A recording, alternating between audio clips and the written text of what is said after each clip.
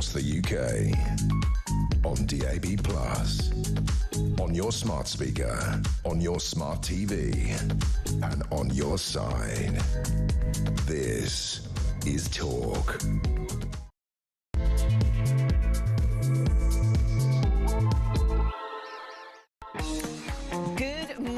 To you. Lots of news kicking about today. This is Alex Phillips. I'm going to be keeping you company for the next 3 hours, bringing you all of the information that is filling up the pages of the great British press and stories that you may not be aware about that we here at Talk would like to bring to your attention. Also, we, of course, are going to be hearing from Rachel Reeves about what lies in store in the spring budget.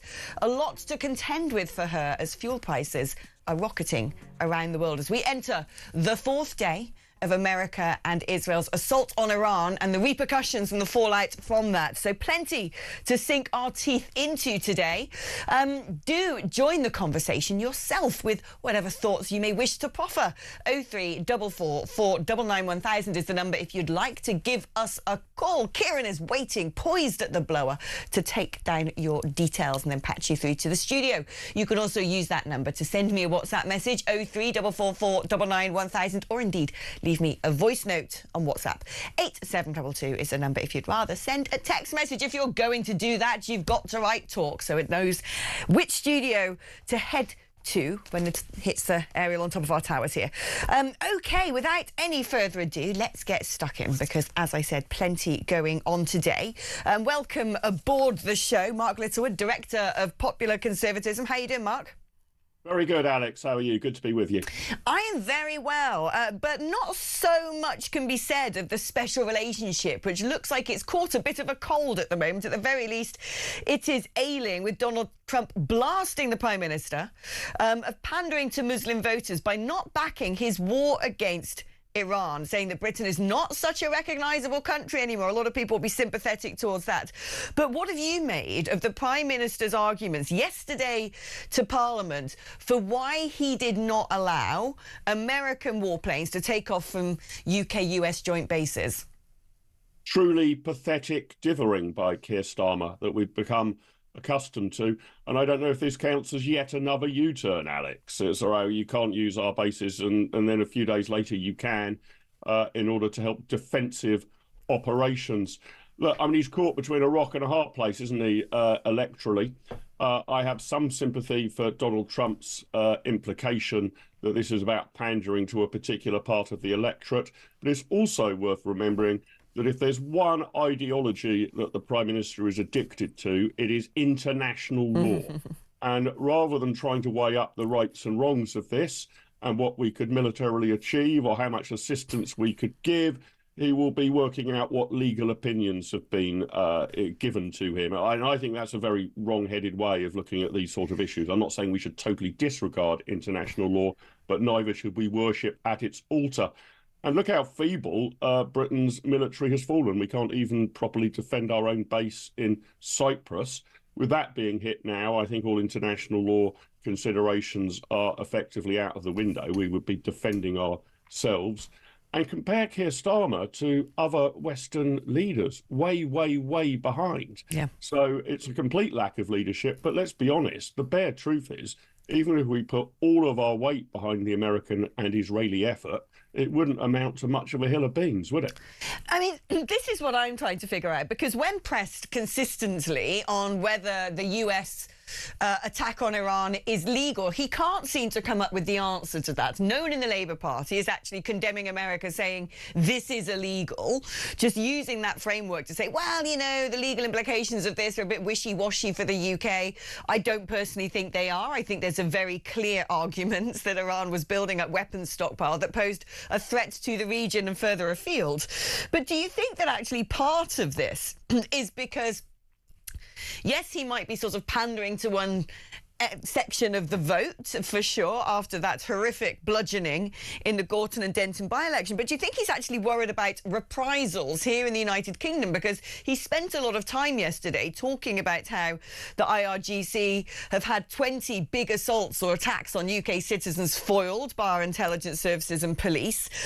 Do you think he's more worried about not being able to defend a UK base such as Fairford, not being able to properly defend our RAF base on Cyprus? clearly he cannot.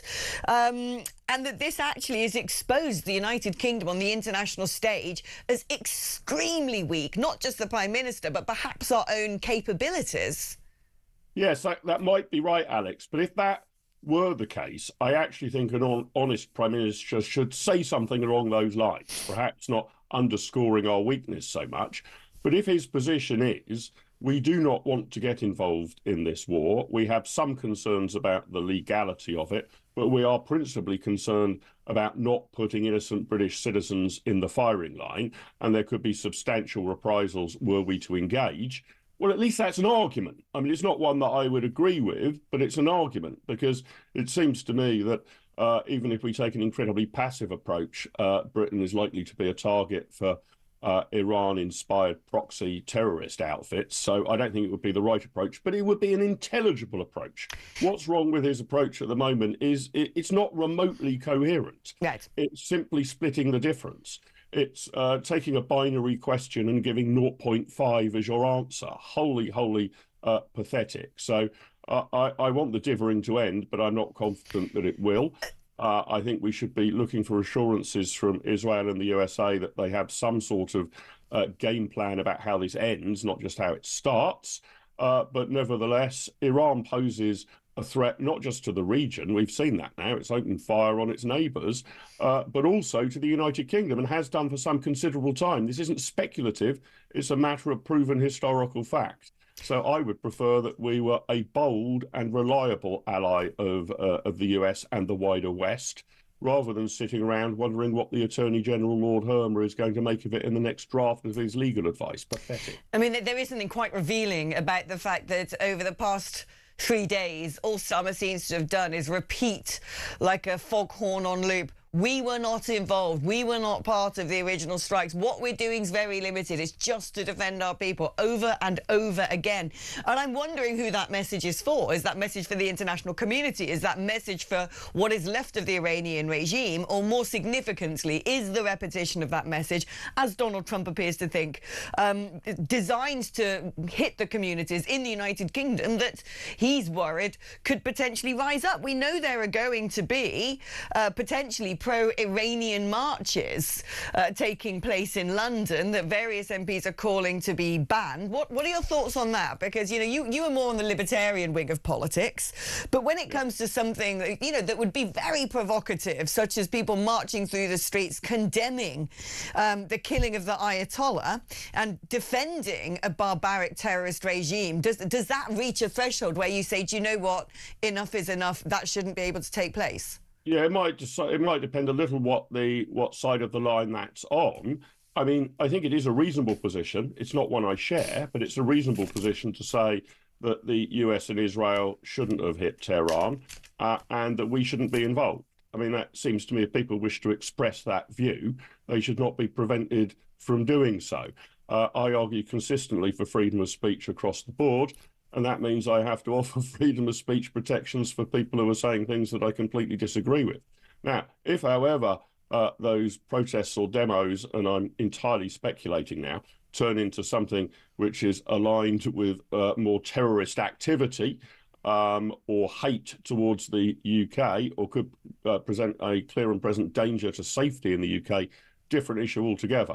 But I would no more ban protests about this war than I would have banned protests about the Iraq war back in the day. That's a legitimate thing to put forward. But it depends whether they turn nasty, right? There's on the whole Palestine marches thing, there's one issue to say that you want Palestine as an independent state. There's another if it turns into an anti-Semitic rant. So there's a grey area here, but let's allow all expressions to be made. Unfortunately, our Prime Minister doesn't really have a clear position that you can be in favour or against. That's about the worst position that the United Kingdom could be in. I think because, like you said, he does appear to be stuck between a rock and a hard place on this one and doesn't have a backbone. Let's remind ourselves, shall we, of what he actually said when he addressed Parliament on the issue yesterday. The US requested permission to use British bases for that specific and limited defensive purpose, because they have the capabilities to do so. Yesterday evening, we took the decision to accept that new request, in order to prevent Iran firing missiles across the region, killing innocent civilians, putting British lives at risk, and hitting countries that have not been involved. To be clear, the use of British bases is limited to the agreed defensive purposes. We are not joining the US and Israeli offensive strikes. The basis for our decision is the collective self-defence of long-standing friends and allies and protecting British lives. It is in accordance with international law, and we've produced a summary of our legal advice, which clearly sets this out. We will keep the decision under review. I don't know why we don't just have Lord Richard Hermer standing there addressing the nation, as he seems to decide everything that comes out of Keir Starmer's mouth, quite frankly. But this is going to have huge implications, particularly on the cost of fuel. What we've seen is attacks on various oil sites, Bahrain, Saudi Arabia, Qatar, who they've stopped their production of liquefied natural gas, which is exactly the stuff that we've been importing by the barrel load directly from Qatar to keep the lights on over winter. Today is due to be the spring statement with this looming cost of what could be catastrophic energy prices internationally, while we've already got some of the highest energy prices in the world. What on earth is Rachel Reeves going to do to try and fight back against that?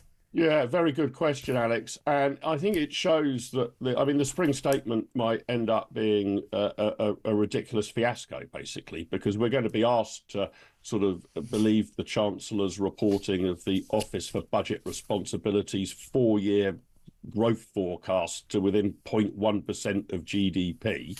And then suddenly, unpredictable external events like this completely blow those forecasts out of the water. It's ridiculous to believe that you can manage and engineer the economy with that degree of precision. You can only do so if forecasts are accurate, which they rarely are, and no external events intervene. Well, this is potentially one hell of an external event.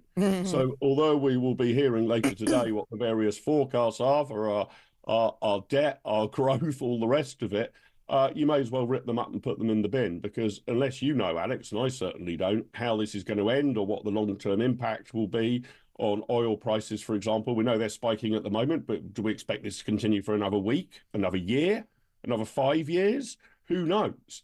So I think that the lesson we've got to take from this is that rather than having government after government sort of dancing with angels on the head of a pin about how many hundreds of millions of fiscal headroom we've got to build a much more resilient economy that can deal with external shocks. And we treat every external shock as a surprise, and indeed external shocks usually are surprises, but nasty surprises are going to come along, and we never make a contingency to deal with them. We hope for the best in the future, that nothing's going to derail the British economy, such as a war of this type.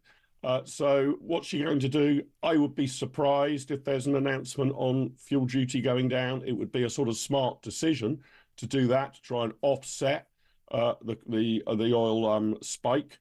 But she has such limited room for manoeuvre. She has built in no room for manoeuvre. We have not got a rainy day fund. Right. So when it's raining, we get wet. That's what we're going to learn this afternoon. Well, has anyone put out a search warrant for Mr. Ed Miliband? Because it seems to me we're going to be entering yet another energy crisis, and it doesn't appear to be anywhere backing up why he thought it was a good idea to pour concrete down our oil wells and ban any exploratory drilling in the North Sea. Where is he?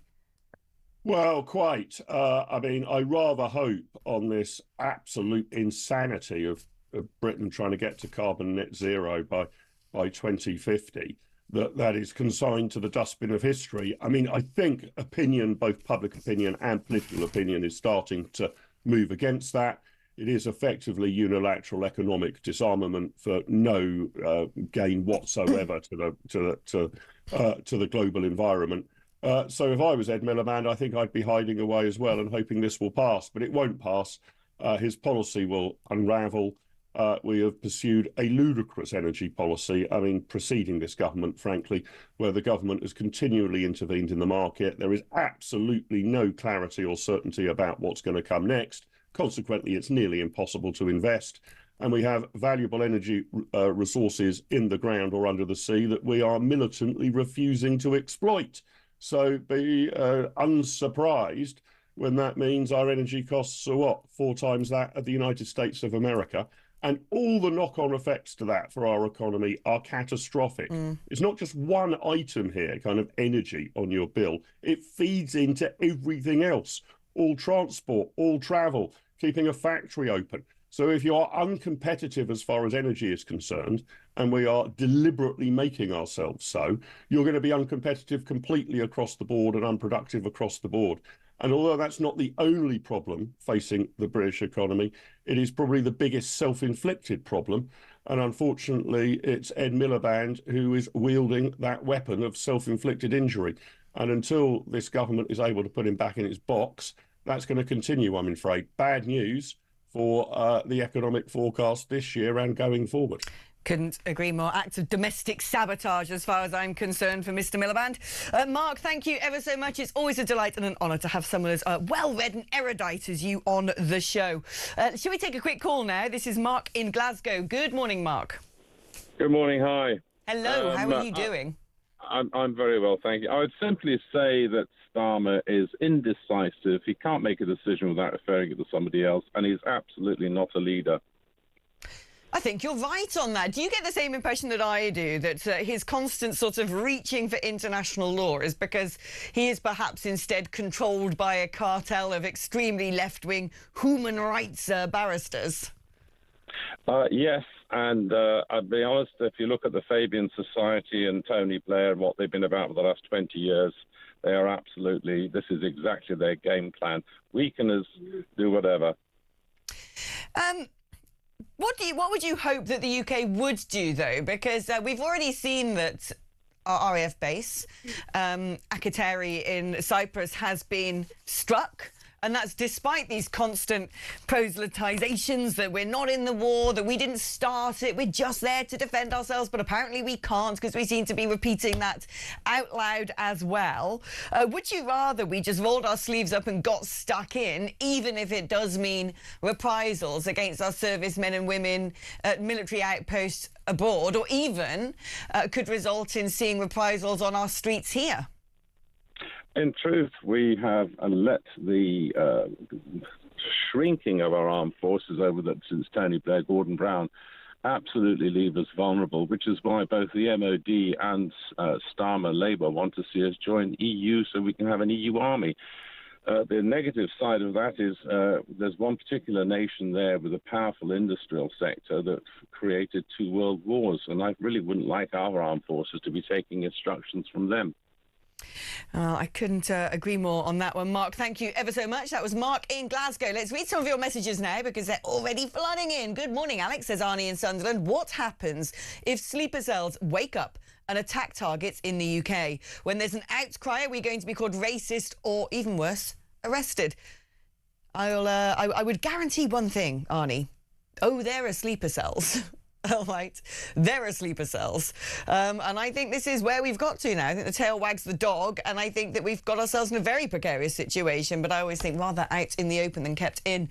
Hi, Alex, love your rants. I haven't even done one yet, Richard. I haven't even got myself warmed up. I need about 25 more cups of tea before that happens.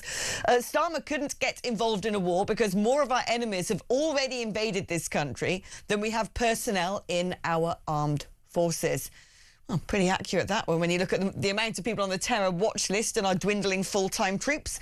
Scrap the Chagos bad deal rather than give it up to our enemies and use the billions we'll spend to rent it back, to reman and rearm our forces. Oh, and lock up everyone who arrives or has arrived illegally into this country because they're in breach of international law. Very good policy points there. Another advantage of the Iran conflict is Iran will now have difficulty supplying Russia with drones used on the Ukraine battlefield. This may help end the Russia-Ukraine war earlier, says John. Although on that one, I think Russia's rubbing their hands together with glee on this. They're watching the West suddenly distracted by what's going on in the Middle East, rather than people trying to tell Putin to back off. Instead, Donald Trump is preoccupied with what is going on in Israel and Iran and Lebanon and the like. And he is now seeing the cost of oil, the barrel price, hugely inflate, which is going to fund his war machine. And Iran has turned around and said, please, please, we had this agreement that we would give each other things. We gave you drones. You're supposed to be giving us missiles. Help, help. And Putin's gone, yeah, nah, you're by yourself now. So I kind of think Putin's rubbing his hands together with glee at all of this, because I think the focus is now off him. I think he's going to be able to accrue a lot of money in his coffers as a result of the instability. But, you know, they might miss a few Iranian drones. The interesting thing to look out for, though, while Iran is sort of under siege, is what's going on with the bot farms in UK social media. Because the last time this happened, in the 12-day war, oh, look, all of the pro-independence accounts for Scotland seemed to suddenly go quiet. So always interesting to sort of, you know, lick your finger and see which way the wind is travelling when it comes to certain trending topics. Well, I think now is probably the best time to get rid of every single net zero levy. I've got a better idea. Let's just get rid of net zero. OK, we're taking a short break now, but after that we're joined by Elliot Wilson, who's a military writer, Senior Fellow for National Security at the Coalition for Global Prosperity, to start picking around in what the objectives of this conflict are. Can the regime be defeated? What might happen next? Who's going to run out of missiles first? Well, Trump says we could go on forever. Can they? Let's see if we can look under the bonnet and get some answers to those big questions just after this.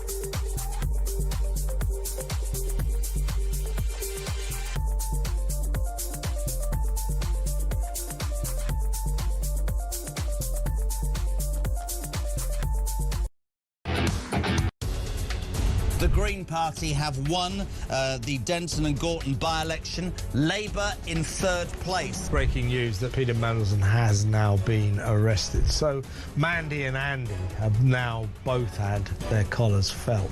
What would Andrew Loney tell them to do? To come clean, be honest. And if Charles is complicit in this cover-up, which I believe he is, then I think he has to fall on his sword. When you define sex, what your gender or sex, what you mean is biological sex, and that's a man or woman, what you are physically, not what you think you are on a Wednesday afternoon.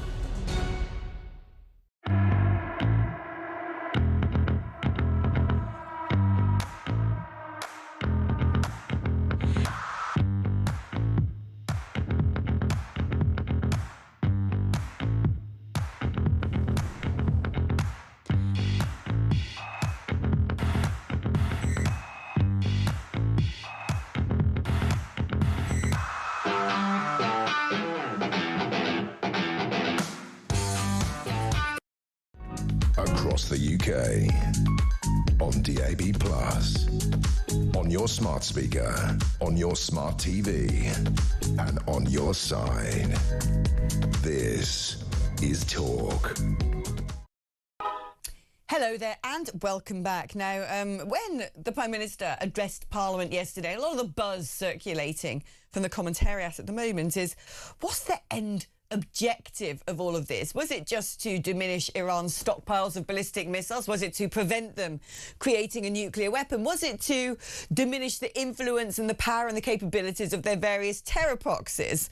Or is this about absolute regime change? And if so, how is that prosecuted? How does one actually see that as an outcome? How does one realise that as a conclusion? Let's speak now to Elliot Wilson, a military writer and senior fellow for national security at the Coalition for Global Prosperity. They're big questions, Elliot.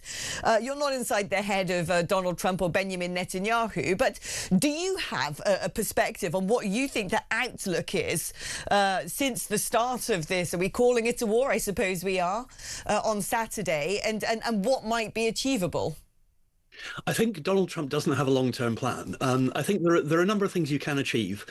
Obviously, there is the issue of Iran's nuclear capability and its development of that. But then Donald Trump said that had been obliterated last year when Operation Midnight Hammer was carried out. So, that's either there or it isn't. And he either was telling the truth then or he's not now.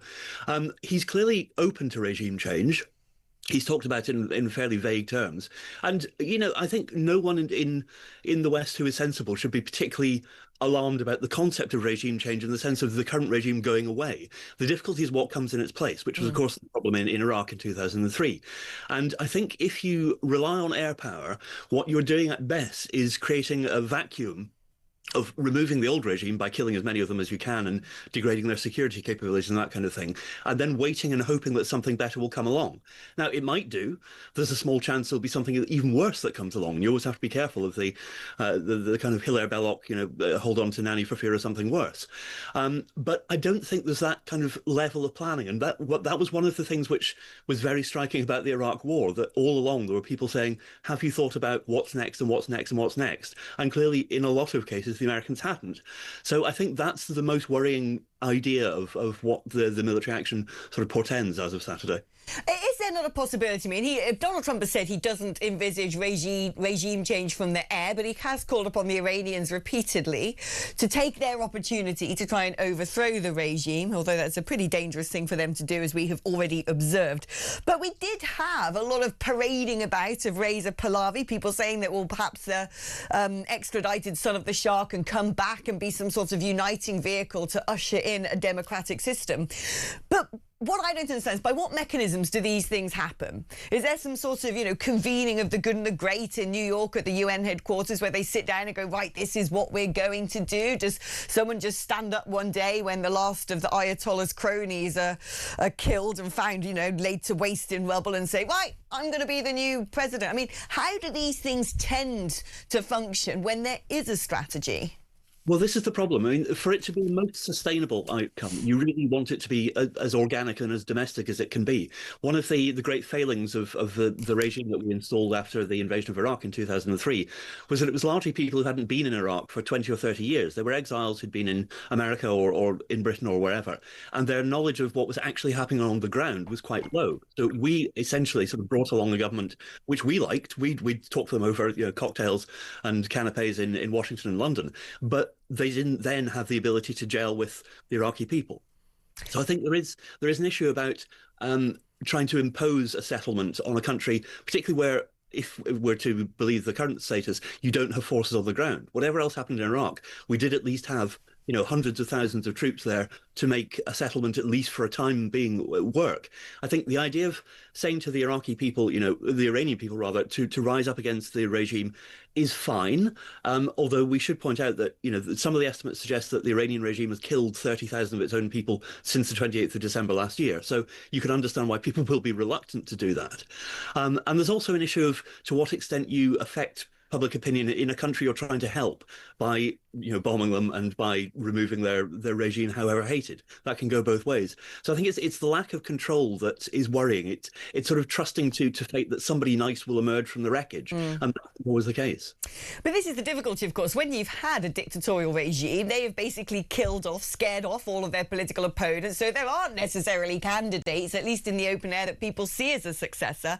Could it be possible instead that the Israelis and the Americans have some good idea of somebody that they may may already be speaking to or connected with within that circle who they think that they might be hands-off. We're not going to target this person. We're going to make sure that when there are strikes, that they're not in that location because we see them as a suitable successor. But at the same time, one would imagine if that is the case, they wouldn't expose that, to the general public casually in a media interview or from behind a lectern, because that essentially puts a cross on that person's head. It is possible. I mean, President Trump joked yesterday, I think, that they'd already killed the second or third people on their list to be, the favourite for the next supreme leader. There is this talk of the former Crown Prince of Iran being installed. That's traditionally been something which hasn't been regarded as a viable option. But it is true that certainly American intelligence sources have been saying they've been surprised by the level of support for Reza Pahlavi on the ground in Iran, because they found people genuinely chanting his name on the streets of Tehran. Maybe that is a possibility. I personally have no problem with the idea of some kind of constitutional monarchy being installed to hold the ring while there is political reform. It was discussed in Afghanistan in 2002, but eventually actually the Americans vetoed the return of the former king of Afghanistan because he was regarded as unacceptable to the Pakistanis. But it may be that there is the possibility to install a sort of, not a figurehead exactly, but somebody who is either a transition figure or somebody who isn't there to assume complete power, who is there to create a space in which democratic institutions can grow. The problem is, of course, that both the United States and to an extent us, we have a pretty poor reputation in Iran in various ways because of the coup in 1953 in which we removed their prime minister. And the Iranians, they're like the Russians in this respect, and like almost no one else. They still think that Britain is the kind of Svengali behind all of the evil machinations of Western policy, which sadly is not true. It's really not that kind of influence that we have anymore. So it's about finding somebody who might work as a conceivable head of state for a short or a long period of time, but also not tainting them by being obviously the West's person. Because there is clearly, the Iranian regime, which has lasted almost 50 years, is a vile and a brutal one. It's a theocracy. It's, suppressed its people extremely violently for half a century. There is very little suggestion, I think, that it has much support on the ground. But knocking it out and then putting in something which is more acceptable to the people of Iran, but is also not seen as a sort of Western puppet, is going to be very, very difficult, because the Iranians are rightly very proud of their traditions of self-government and independence. Of course, they're not an Arab nation, which matters enormously to them. So it's very difficult to do this at such a remote distance. It's kind of like surgery with boxing gloves on. You don't have that kind of fingertip delicacy that you're able to execute if you're perhaps more involved. But at the same time, I don't see any suggestions seriously, except possibly from Secretary Hegseth, that there may be American troops on the ground. But that would be an enormous commitment. It would indeed. Elliot, thank you ever so much. Elliot Wilson there from the Coalition for Global Prosperity. He is the Senior Fellow for National Security.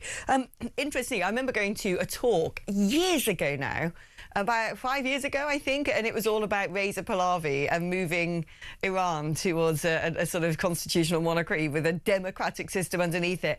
I have a suspicion that there is a plan. I do. I have a suspicion there is a plan, but it would be foolhardy to come and just start presenting that plan in the open air. Maybe I'm just being too optimistic.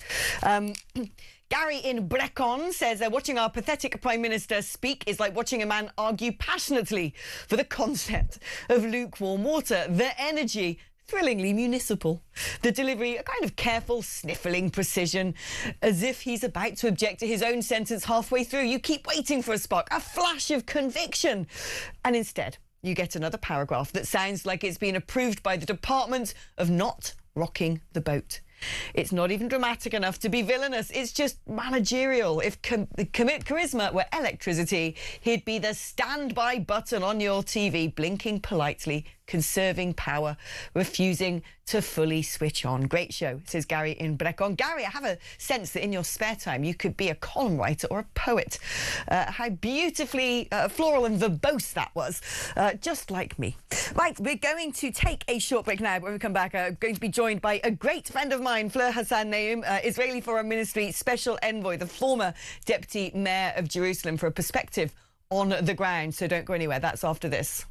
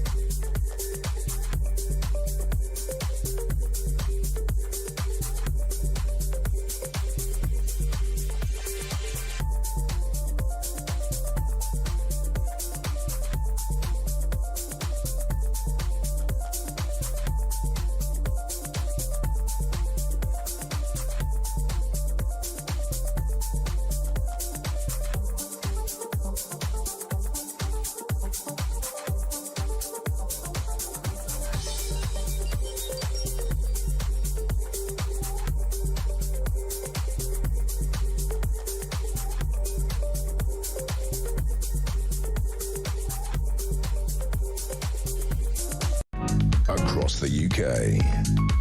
On DAB+, on your smart speaker, on your smart TV, and on your side. This is Talk. Hello, welcome back. We are hopefully going to be speaking to Fleur Hassan-Naoum soon, but we understand that there might have been sirens going off in Israel as understandably the bombardment continues. I've got lots of friends who are in Israel and people having to hide out in public bomb shelters. A lot of people in Israel have actually got their homes reinforced with safe rooms inside the homes, which have, you know, big shuttered windows and solid doors, which are supposed to be blast proof.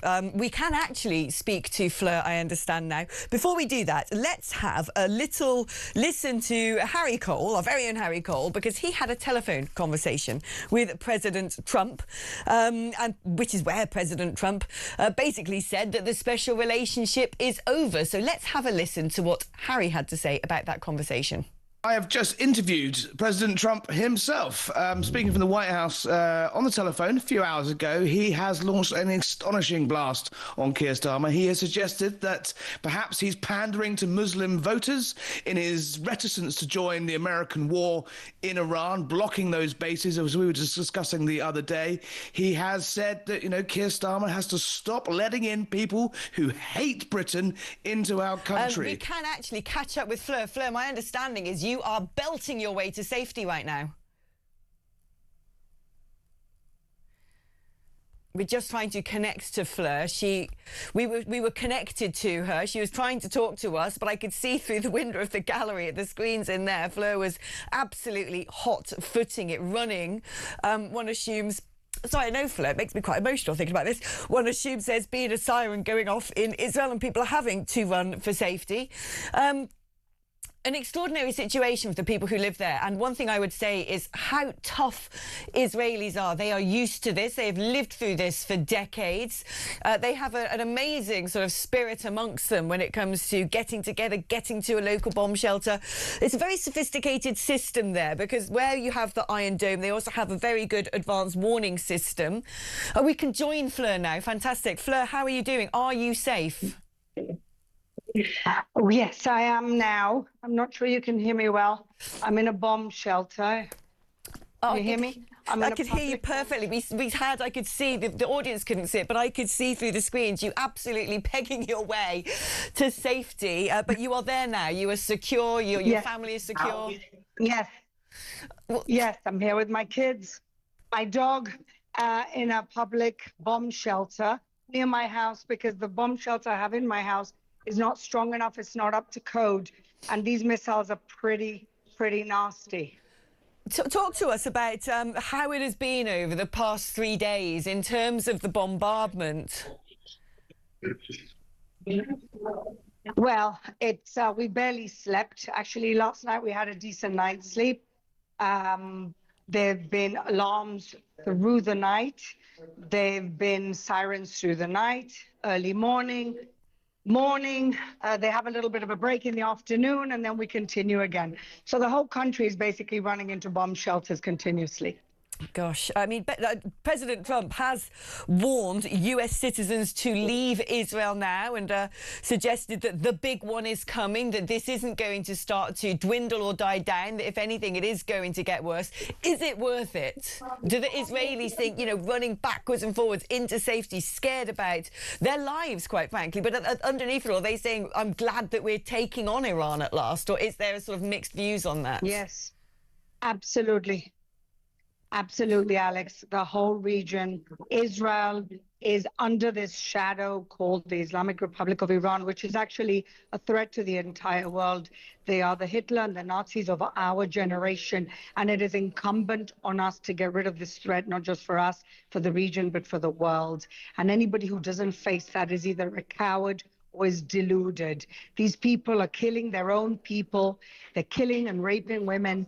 These are bad people. These are the Nazis of our era. And all of Israel understands that. So we're happy to run to the bomb shelter so that this threat can be eliminated once and for all. And are you confident that Israel, with the backing of America, has what it takes to see this to a swift and decisive conclusion? Or are there concerns that Iran might have stockpiles that we don't know about? That, I mean, in terms of bombardment, how much collateral damage has there been so far? There's been damage in human life. There's been damage in property damage. Yeah, we've had about 10, 12 people die since the beginning of the war. And ultimately, when you think about it, the achievements in the first 4 days have been incredible. In the first 5 minutes, they killed the Ayatollah. There's talk that 50 to 75% of the missile launches have been eliminated. That's huge. 50 to 75% of missile launches. You can have all the missiles you want, but if you don't have launchers, you can't send them out. What's your opinion of our Prime Minister? Because Donald Trump has been extremely critical of him, saying the special relationship's over, saying he's very disappointed in Starmer. He believes that Starmer blocking America from using joint US-UK air bases to launch their bombers and not conducting any sort of offensive strategy itself is very much letting down the side. Is that, do Israelis share that view?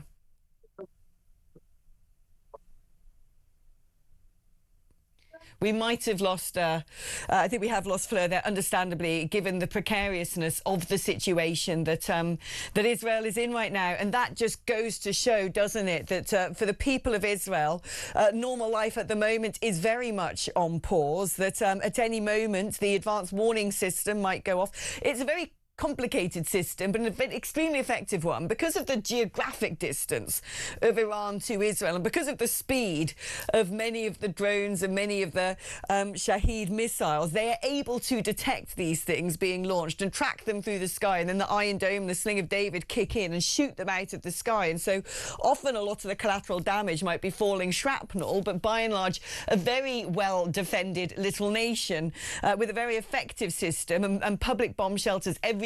As Flo was saying, a lot of people have this now built into their own homes, but she says hers isn't up to spec. But my thoughts do go out with a lot of people in Israel right now. But really heartwarming in many respects to hear that for them this is almost not business as usual, but they're used to it. They expect it, and they know underneath it all that if they can, for once and for all, put to bed this issue, this regional neighbour who have agitated for their destruction, who have a genocidal ideology to their very existence, if that can be finished conclusively, then it is a discomfort worth it in the long run at present. The brilliant Fleur Hassan-Naim here, former deputy mayor of Jerusalem. We'll stay in contact with her. We will make sure that she is safe and potentially try and catch up with her a bit later. OK, we're going to take a... well, let's do this message first before we take a break. I served 33 years on combat operations with the British, gaining commendations for bravery. Well done you, Pauline Belfast. Thank you for your service. MBEs as well. But today I'm ashamed to be British, ashamed to be a veteran, ashamed to have a Prime Minister in charge whose only thought is to save his own skin as a complete and utter coward. God help us with all these traitors in charge of our once great land. Wow, very strong position there from Paul. We're going to take a break now, but after the break we're going to be catching up with the brilliant columnist for the Mail on Sunday, Peter Hitchens, about what he thinks about whether this war is a good idea, whether there should be British involvement, and the direction of travel perhaps we should go down instead. That's coming up after this.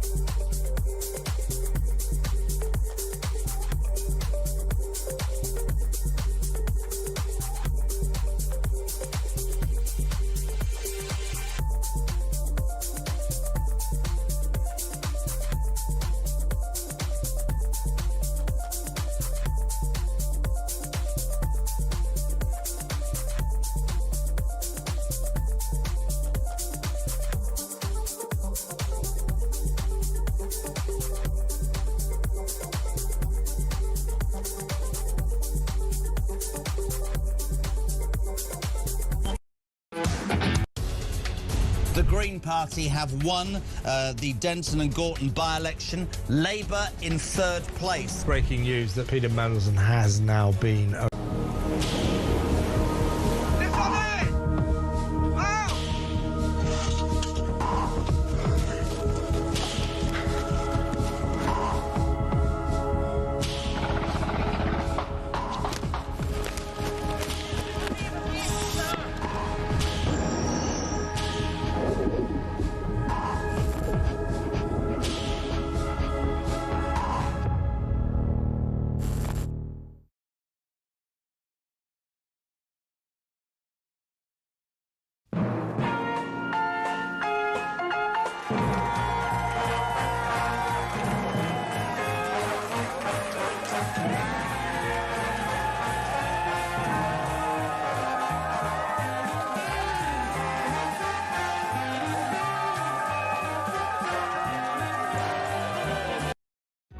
across the UK, on DAB+, on your smart speaker, on your smart TV, and on your side. This is Talk. Hello and welcome back to the programme. Now, the Prime Minister is coming under fire from various people about perhaps being a bit lily-livered, a little bit too hesitant to back the United States and Israel in the launch of their offensive against Iran, taking out a regime that I think most people would agree is not a good thing for the world. But Peter Hitchens, columnist at Mail on Sunday, today has written an article, and the title is, When We See a War, Can't We Stop and Think Before Going In? Let's welcome Peter Hitchens to the show now. Peter, are you sort of trepidatious about what Israel and the US have decided they're going to do? Do you think the Prime Minister's approach is perhaps the correct one? Well, I don't think the Prime Minister's approach is correct because he's pretty much reversed it now, but I think that his initial response was perfectly intelligent. I think, probably the most long-standing and ferocious critic of this Prime Minister. I urge people not to put him into office. I have many things to say against him. But if he's got sense enough to see that plunging this country into involvement in yet another Middle Eastern war whose end is not known is unwise, then I have to put in a good word for him, however much I disapprove of him. We are war crazy in this country. I don't understand why we are so keen on the starting of and the continuing of wars, which may well do us serious damage.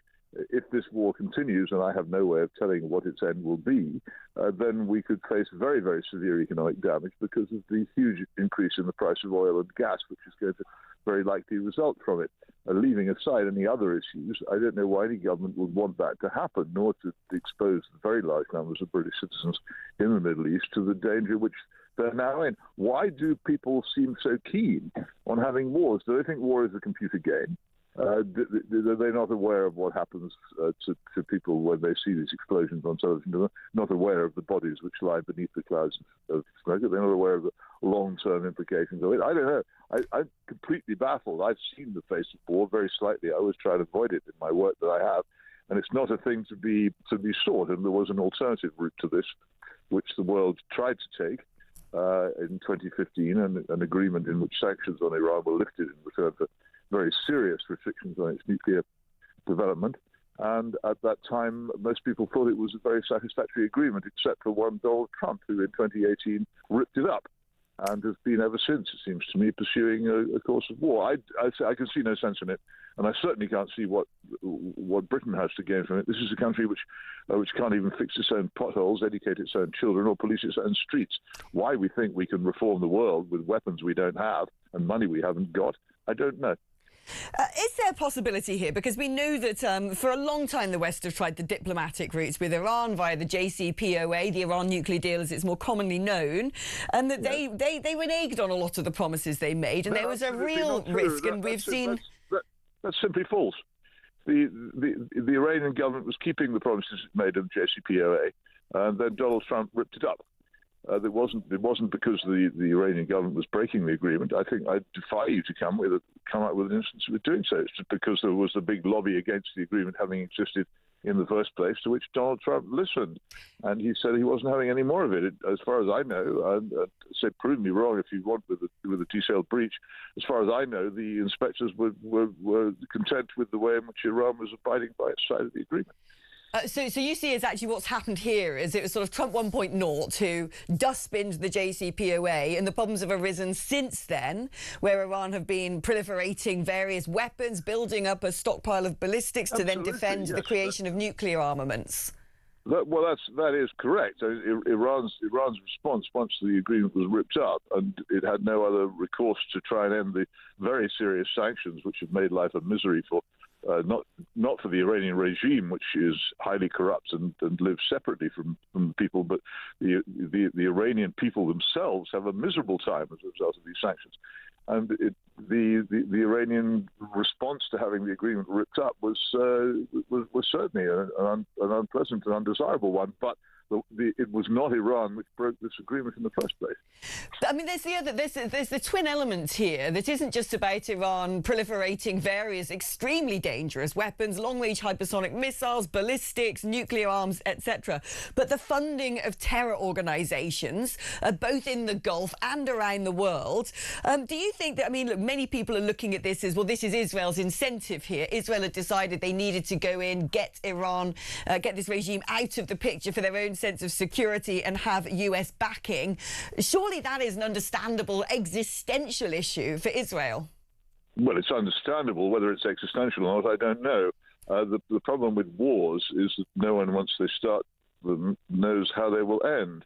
And going right back to 1914, when Britain went into the First World War, people thought it would be largely a naval conflict in which we wouldn't be greatly involved. We ended up sending millions of men to Flanders, a large number of whom died or were maimed. People don't know how wars will end, and we don't know how this one will end. And I don't pretend to know, but you always take a risk.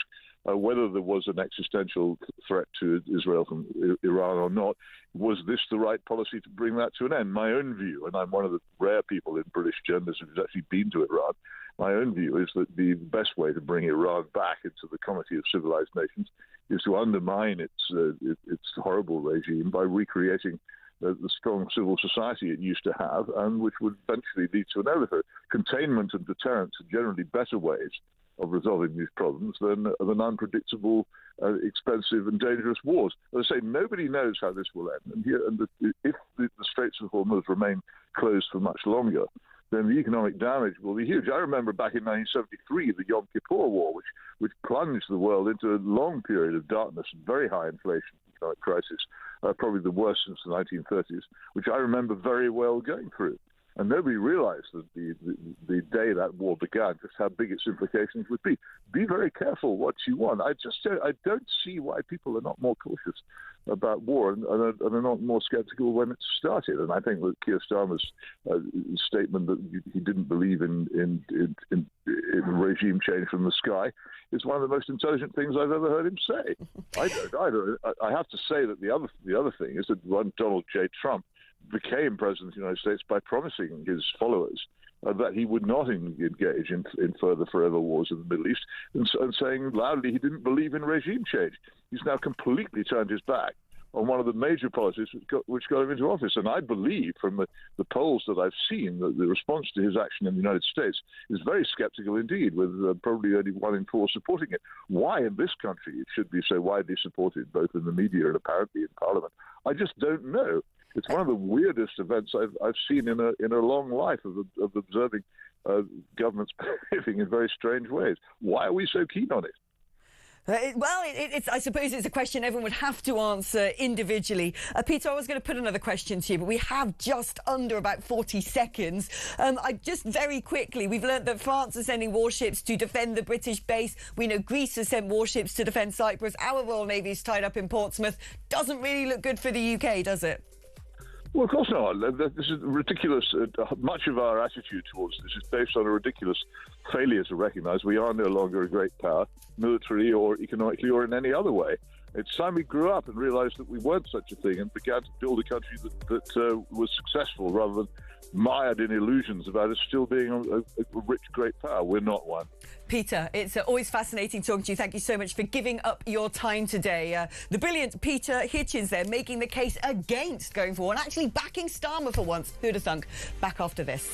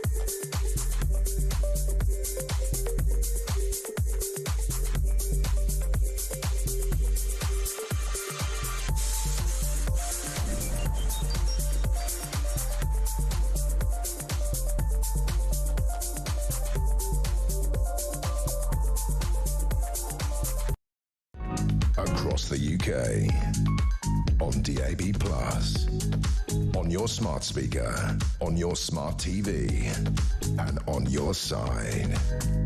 This is Talk.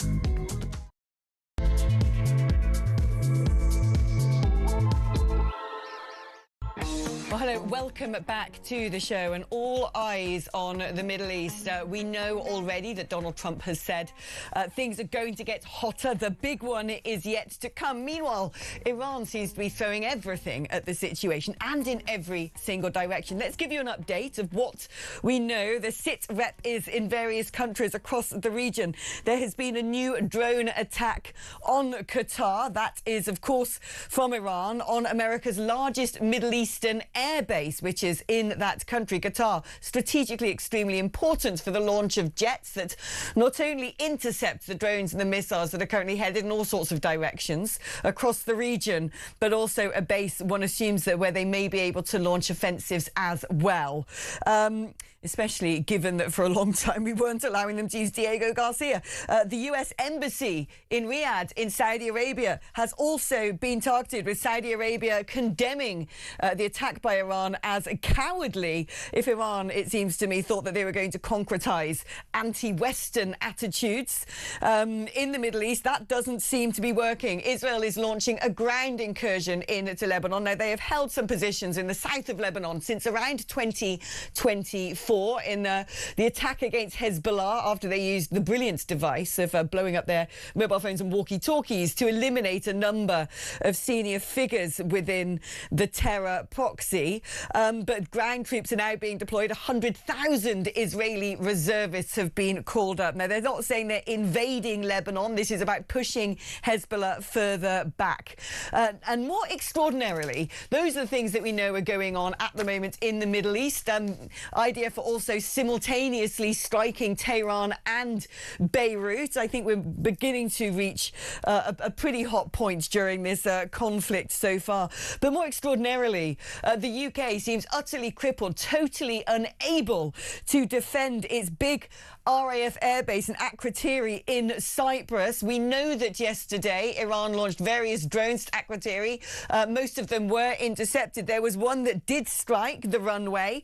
But now France is sending warships into the region to defend the British base from Iranian attacks. We also know that Greece is sending warships into the region to defend the RAF airbase from attacks. And where are we? Well, the Royal Navy is currently tied up in Portsmouth, an extremely alarming exposure of perhaps how militarily under-resourced we were, ill-prepared. The big question, I think, that should go to the Defence Secretary right now is we have known since October the 7th that matters in the Middle East are getting very tense. We have known that there was the promise even of Trump going in and attacking Iran. He had moved all of his kinetic capabilities into the region, American warships, and yet, did the UK think there wouldn't be retaliation? Well, maybe that is the reason that Sir Keir Starmer's giving for not enabling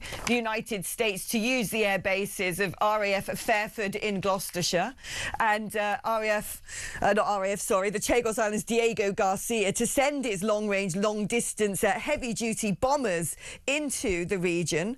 Perhaps he was worried about the retaliation, knowing full well that we weren't able to defend ourselves, and now we have Greece and France having to do that heavy lifting for us. Greece has said it's going to send 2 frigates and fighter jets to defend Cyprus, meaning it's going to have more naval assets in the area than the United Kingdom. Why are we so underprepared? Why are we so ill-resourced? Is this the reason for the trepidation of our Prime Minister? What is being called cowardice? Is it because he had no choice? We are joined now by Jake Wallace-Simon, who a brilliant friend of the show, former editor of the Jewish Chronicle. Jake, great to have you on the programme. What do you make of Sir Keir Starmer's position in all of this? Are we beginning to see, now we see some of our European allies having to stand in on the front lines and do heavy liftings to defend not only Cyprus, of course, which is a European nation, a member of the EU, but the RAF airbase there? Is Sir Keir Starmer, should he be held accountable, quite frankly, for a lack of any sort of preparedness when we knew what was potentially around the corner?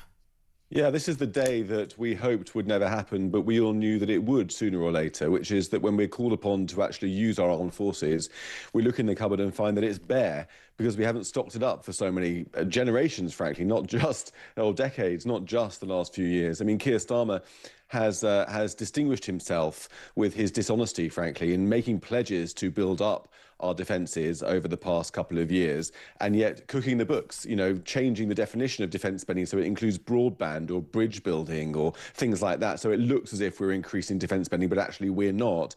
And of course, the danger there is that his first duty, the defence of the realm, he is shirking and playing silly buggers because he wants to make the books add up so that he can keep hosing loads of money into welfare. And now we need our armed forces. Our base in Cyprus has been under attack by Hezbollah. Things, as you say, are hotting up. What we should be doing, really, is striking Hezbollah as a deterrent, saying don't hit the RAF or this is what will happen to you. That's just obvious, like the first rule of warfare, create a deterrent so they won't do it again. But instead, we really have no choice but to pull back, and the Greeks and the French steaming into the fray, and we're not really there with our presence. And it's so fills me with despair that Britannia used to rule the waves with the biggest Royal Navy in the world. We used to be such a wonderful power. And just through decades of neglect and complacency, we've led ourselves to being in a vulnerable state, having to rely upon other powers to protect us, not just the Americans. I think we're beginning to see this narrative development that perhaps one of the reasons Starmer has been so leery-livered is because we don't have the capability or the assets to even defend ourselves. But another accusation that has been lodged against our Prime Minister is perhaps he's doing this because he's either afraid of reprisals on the streets of the United Kingdom by supporters of the Iranian regime. He has mentioned explicitly the fact that 20 planned IRGC attacks on British citizens have been foiled by our security services. But Donald Trump has looked at this through the prism of, well, he's probably just pandering to the Muslim vote. Let's have a little listen to Harry Cole, who spoke to the United States President earlier on. I have just interviewed President Trump himself. Speaking from the White House on the telephone a few hours ago, he has launched an astonishing blast on Keir Starmer. He has suggested that perhaps he's pandering to Muslim voters in his reticence to join the American war in Iran, blocking those bases, as we were just discussing the other day. He has said that, you know, Keir Starmer has to stop letting in people who hate Britain into our country. It is a fairly grim assessment from the president about the state of the special relationship. It's safe to say he is raging. He heaped praise on France, on Germany, on NATO, and said Keir's doing things a bit different. He said he never expected to see this from the United Kingdom. He is not a happy president. He basically says that special relationship that's been the cornerstone of Britain's diplomacy for many, many, many, many decades is in one of its toughest spots for a long time. He points to the Chagos Isles deal. He says, why is he doing this? It's woke island. It's unnecessary. He just doesn't understand why Britain would do that, why Britain would turn its back on one of its closest ally at its time of need. Well, there you go. The big question, I suppose, Jake, is why? I mean, is there multiple facets to this? Is it because we're militarily weakened, because nobody is sensibly invested in our armed forces, not this government nor the previous government? Is it because there's a concern about hemorrhaging votes in the Muslim community to, say, the Green Party, who are now polling above Labour extraordinarily after the Gorton and Denton by-election and what that represents? Is it because we have terror cells embedded within many of our towns and cities across the United Kingdom who would rise up if they knew that the United Kingdom had been part of taking out the Ayatollah of Iran? Yeah, I think it's a mixture of concerns that Keir Starmer has. Some of them are valid and some of them very much not, or some political. I mean, starting with the political side, of course, Gorton and Denton did not go his way. He was humiliated there. So now he's in a position where he has to cling on to every last Muslim vote that he can, even the ones who wish to support the Ayatollah, the late Ayatollah of Iran, and the most evil regime on earth. There's also his concerns about international law, which, as we know, he's international lawyer first and leader, if at all, second. Those concerns about international law, in my view, are overblown and absurd. International law has become so corrupted. I mean, just to cite one example, in order for us to do legal military action, we've got to have that approved by the Security Council at the UN. And of course, Russia and China are members of the Security Council, so they will strike down any request to do military action that's against their interests. And so that makes it illegal. Well, I don't think it makes it immoral. You know, the moral thing is to take out tyrants when you have the opportunity to in a strategic way. But there are also some serious strategic concerns, which I think are, you know, I have some sympathies for that. America has not shown itself to be a good ally of Britain, particularly over Ukraine under Donald Trump. It's capricious, it's unreliable, and sometimes quite aggressive towards European allies. So there's that. There's also the lack of a clear end game for the strategy here. I mean, yes, Iran has it coming. It's a poisonous cancer in the region that's been spreading terrorism and viciousness around the region and even to our shores around the world as well. But get rid of them and there could just be chaos. There doesn't seem to be a clear plan. And as Keir Starmer pointed out, you know, regimes have never been changed solely from the air before. So those are real strategic concerns. But I think overall, the balance is that he's just weak. He's politically weak. He's weak in terms of leadership. He hasn't got a significant enough armed forces to do what needs to be done, and that really restricts him, and that's why he's coming across as being so utterly pathetic at the moment. But has he inherited an extremely precarious situation where he's having to use international law essentially as a fig leaf? Because what we saw in Gorton and Denton was the fact that there is a consolidated force in this country who could potentially in part represent a fifth column against our national interests.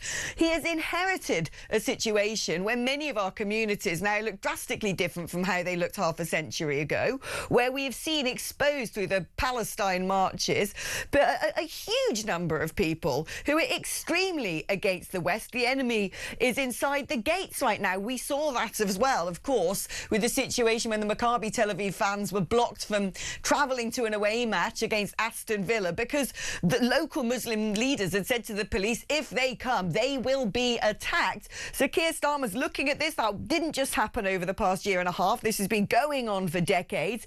And perhaps he suddenly realised, the military's on its knees. Our communities are fractured and fragile. There are far too many terrorists here who could launch attacks at any moment. Perhaps that's why he didn't prescribe the IRGC. And that actually we should all be dreadfully concerned right now in the United Kingdom because it seems like the jig is up. Yeah, I think that's a very astute point. I think that a country's military strength often is linked to its cultural coherence and its national sense of family, certainly in the democracies. I mean, I've been to Ukraine just a few days ago. I came back just before the Iran war started, and you can see there that it's a country that's pretty monocultural. It hasn't got very many immigrants at all, and it's able to have that sense of togetherness and pull together with great bravery and resilience and courage in the face of the Russian enemy. Israel's another example. Racially, it's very diverse. It's the most multicultural country probably in the world. With a Muslim minority and so on as well. And yet it has this cultural coherence that's able to pull people together to feel like a family. And its military, like the Ukrainian military, is fearsome, powerful, and punches way above its weight. By comparison, Britain, which has been subjected to decades of mass immigration without any attempts to deal with the assimilation question, which now is really balkanized and ghettoized in some parts of the country.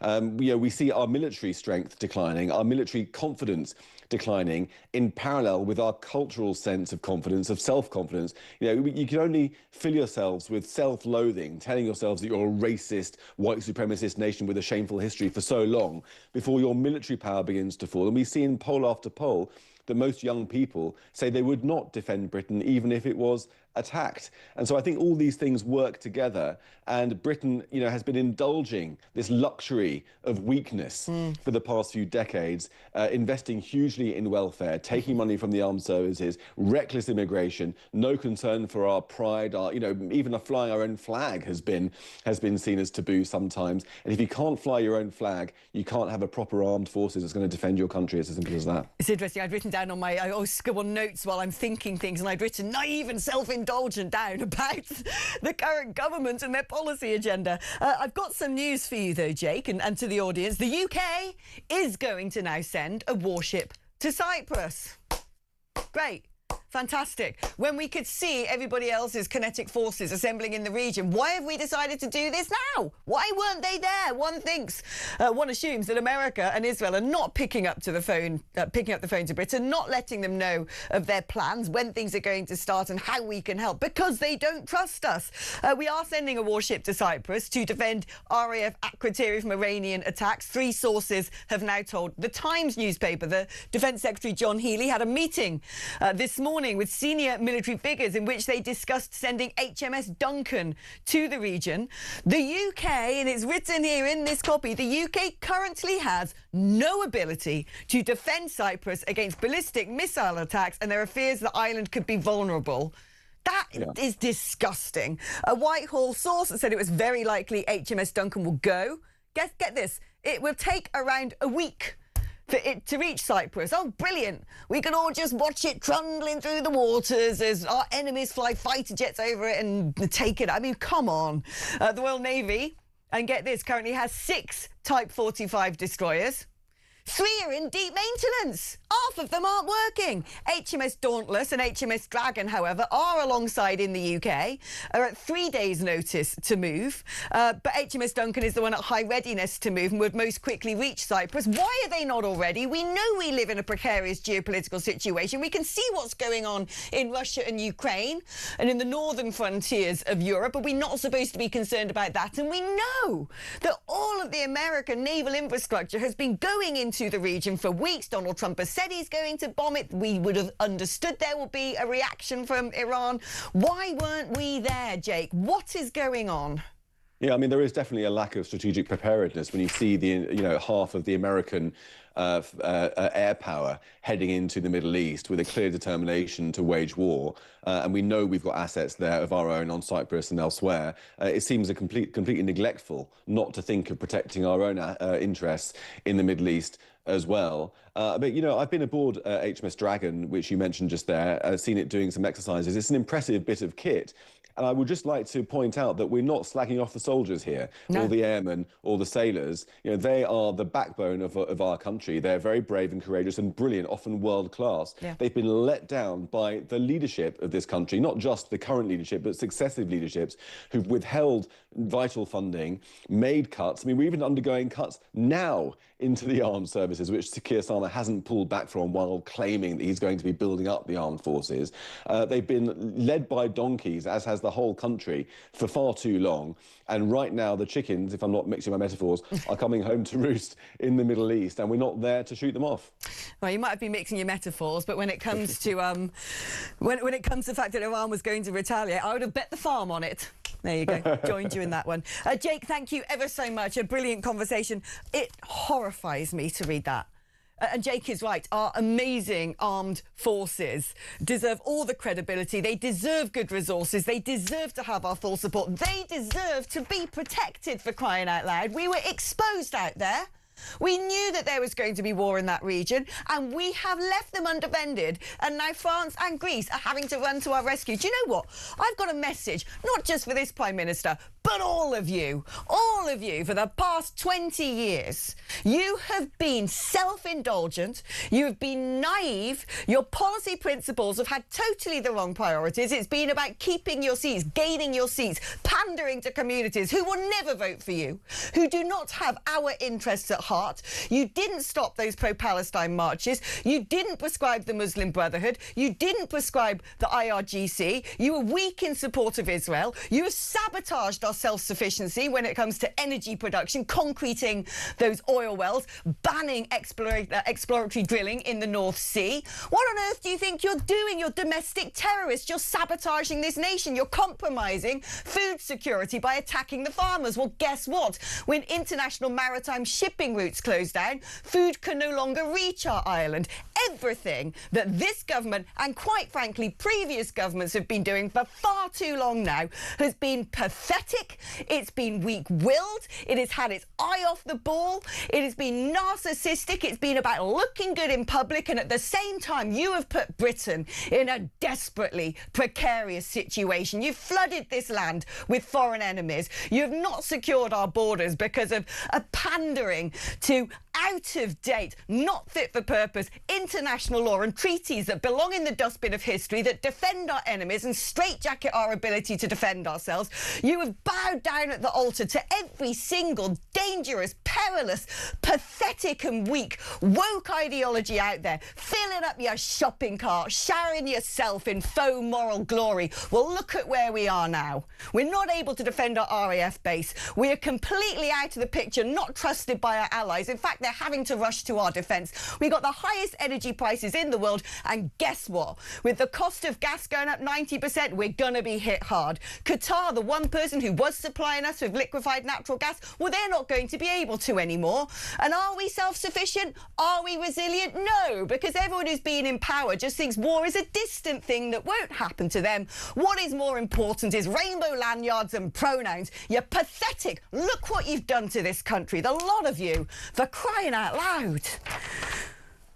Right, got that off my chest, didn't I? Let's speak now to Herbie in Harrow. Hi, Herbie. Oh, Alex, you're unbelievable, but there you are. I'm glad you're on there. Oh, dear, where do we start? Alex, I want to thank Ed Miliband and Sir Keir Starmer for making my life a complete and utter misery now. We're going to be paying through the nose for everything, absolutely everything. And we've got oil and gas under our feet, and we can't even use it or do it. Unbelievable. Unbelievable. It's disgusting. Honestly, we've had clowns running this country. We've got people who don't get the first thing about politics or geopolitics. You know, people always bang on, we need businessmen and women, we need this. No, we just need people who've got a blimmin' clue how the world works, who've got moral conviction, a spine, an ideology, and are prepared to stand up for this nation, not stand up for whatever little faddish, stupid little... Yeah, I don't care about what it is in the world of woke off the conveyor belt of disaster comes hurtling over the horizon next. They eat it all up like greedy addicts, and they don't focus on the stuff we need to be doing. We can't defend ourselves, for crying out loud. I'm appalled. Alex, it's just unbelievable. Where is this country going to go? You know, this government's got to go. They are going to make our life a misery. I don't think people realise how much it's going to hit them. Everything that we're now going to buy, it's come by road, is going to cost us an absolute fortune. Gas go buying up by 50, or you said 90%.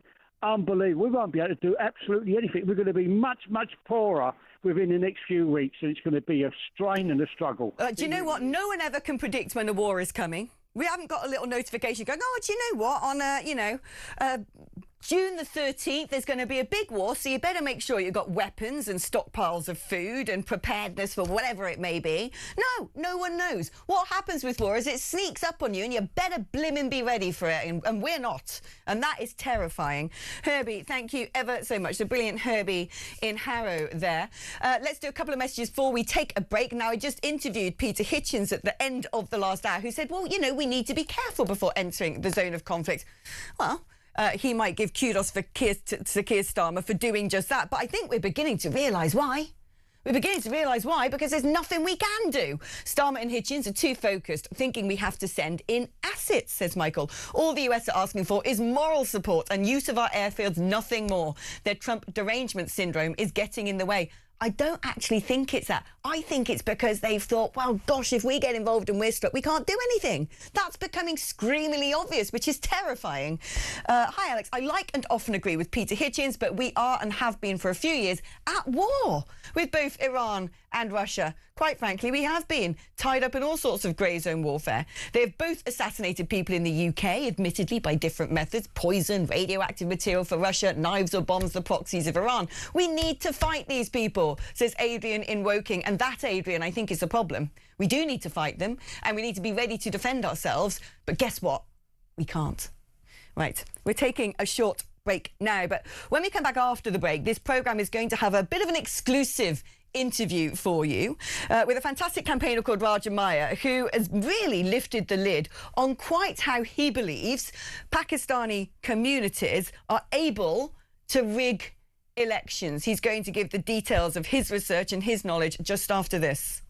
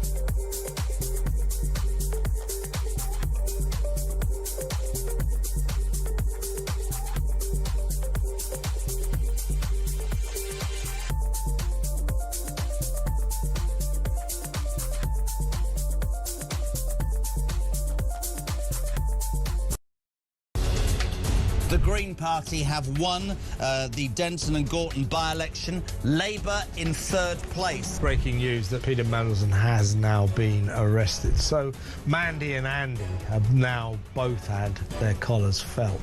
What would Andrew Loney tell them to do? To come clean, be honest. And if Charles is complicit in this cover-up, which I believe he is, then I think he has to fall on his sword. When you define sex, what your gender or sex, what you mean is biological sex, and that's a man or woman, what you are physically, not what you think you are on a Wednesday afternoon. Across the UK, on DAB+, on your smart speaker, on your smart TV, and on your side. This is Talk. Hello and welcome back. Now, there has been another development, which technically sounds like okay, but it's extremely worrying. And that is the fact that Iran says it will blow up any ship that enters the Strait of Hormuz. Now, the thing is, that is a key maritime route that brings a vast amount, and I don't have, because I'm not a sort of, robot, I don't have the exact figures in mind, but a vast percentage of anything travelling from the east to the west travels through that strait, which has been under an offensive attack by Houthi rebels for a long time, and so it's pushed up insurance prices, it's made the cost of cargo a lot higher. But most critically here is the transit of fuel, because fuel, by and large, comes from the east to the west. It comes out of the Middle East, and this is why Iran has been attacking oil fields in Saudi Arabia, in Bahrain, in Qatar, and now the Strait of Hormuz. They want to cripple the West. And when I say the West, it ain't America, is it, that's going to be hit by this because of drill, baby, drill. It's not even necessarily France, who didn't mothball and close down their nuclear power sites. No, the people who are really going to suffer without fuel in the West, that's right, muggins. So if I were you, it's getting a bit warm out there, I'd turn off that central heating, my friend. Seriously, I'd turn that thing off. Get some jumpers on, because it ain't looking good. We've got the spring budget coming up later, and I think the top question to Rachel Reeves should be, what are you going to do about it? Because fuel costs are about to absolutely spiral. And where's that blimmin' Ed Miliband? Where are you?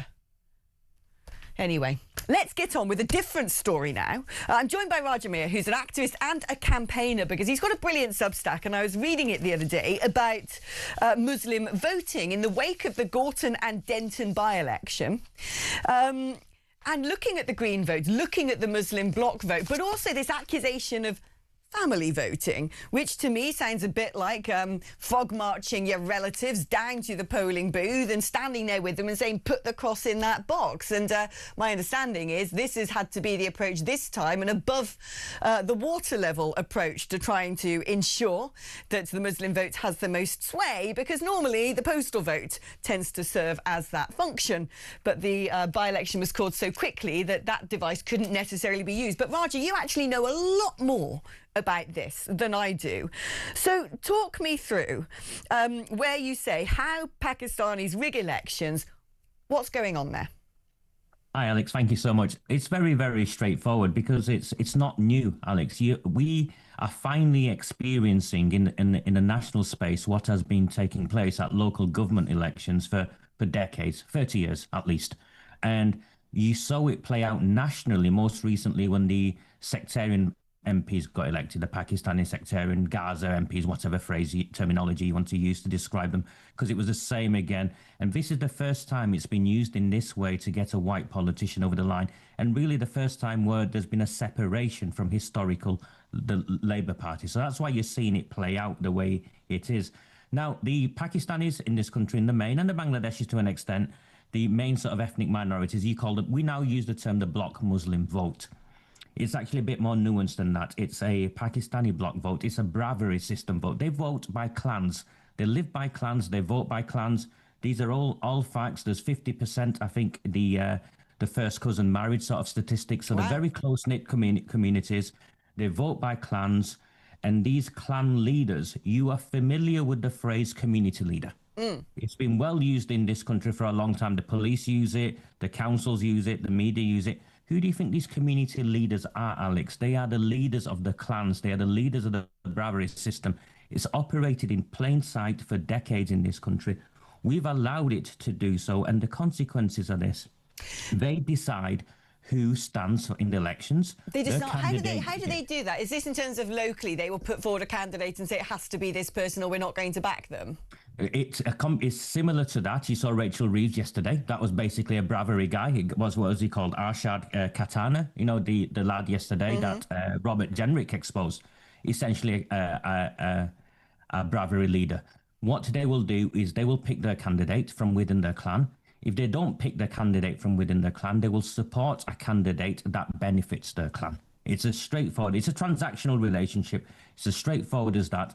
But the corruption itself starts elsewhere. What they've done is they've infiltrated the leniency within our electoral system. So when Matthew Goodwin looked very surprised on the Friday morning and made reference to sectarianism, and then later we heard the term family voting. We have polite terms, don't we, in our society? Yeah. Alex, family voting. It's not the same as me taking my mother to vote. Yeah, break down what happens in two things. Because when I used to have an existence in politics, I remember doing by-elections in Oldham and doing by-elections in Peterborough, where when those postal votes came in, it was very clear that there had been quite a sophisticated system. My understanding was operated through mosques, where there would be multiple people registered at an address. They'd all vote the same way. They'd all have the postal vote. Very hard to then prove if these people are genuine or not. And you might have had, in terms of live ballot box voting, a situation with one party leading, and then as soon as the bags of the postal ballots come in, boof, it goes like that, and a vast majority would be from the Muslim community. So explain to us how this is actually orchestrated, and how the family voting was orchestrated in Gorton and Denton. So they had to introduce family voting in the way they did in Gorton because of the short time scale. They couldn't mobilise the postal votes in the way they historically would mobilise the postal votes. So you're right on that. You know, because of the short window, they couldn't mobilise the postal votes in the same way that they historically would do.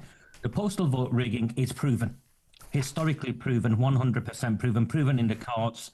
And what takes place is the postal votes are harvested. They're rounded up. You get a knock on the door, because they've got these things called marked registered, and if you're already registered to postal vote, you'll get a knock on the door and they'll happily take your postal vote off you. You will hand it over, Alex. The reason why you'll hand it over, because of who knocks on your door. Sometimes it's not just a politician on its own. Stood beside him will be the committee member from the local mosques. Enough of the mosques are controlled by political parties. So the committee members of the mosques are the same councillors, same politicians.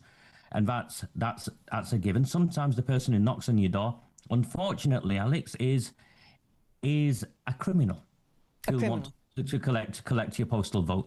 You hand it over. The people I know hand over the postal votes because it's not worth their time and their effort to have a fight or confrontation because of the consequences. This is their suggestion, therefore, that if you don't hand your postal vote over to your community leader, who you allege would be standing next to your representative of the Labour Party. So this is essentially sort of blackmail and threats. If you don't give us that vote to mark the way we want to support this person, what might happen to people? Well, at the very least, there's the bribery. So very often you have the offer, the carrot of council houses, visas for your relatives coming over from Pakistan, all that sort of stuff straight away. Then things like your job, you might not get a job, your taxi license might go. If you own a restaurant, someone will come round and your 5-star rating will become 1-star rating. All of these threats are very real. They play out in these communities, and they have always done at a very local level, at a council election level. So it's gone under the radar. And it's been only affecting those communities in those specific wards. Now what we've seen is they're flexing their muscles. They've mastered their methods, and they're stepping out of their comfort zone into mainstream politics and using those same methods in by-elections, in general elections for parliamentary seats.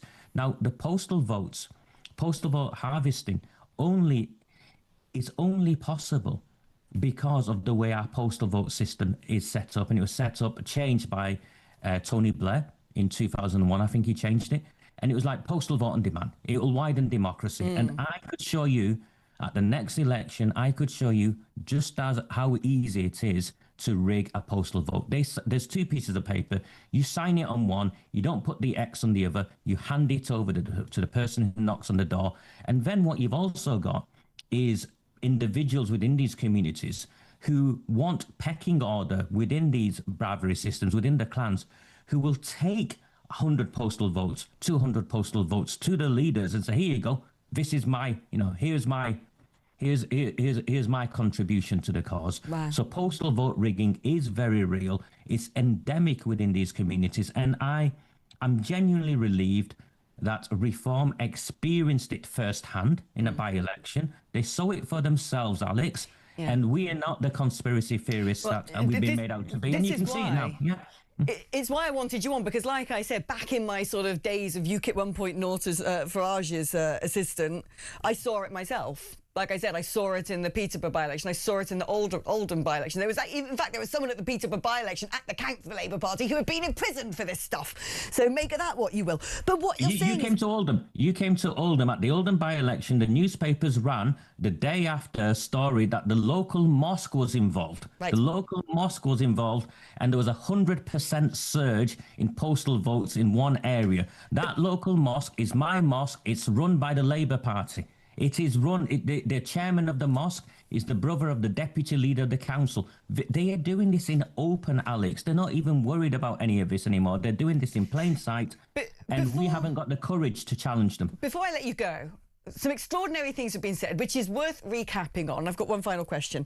So essentially, what you're saying is there is a carrot and stick approach to this, that's community leaders who are the heads of these clans are the ones responsible for garnering as many votes as possible. At a local level, they even pick the candidate they want and say, if this is not the person, you won't get our support.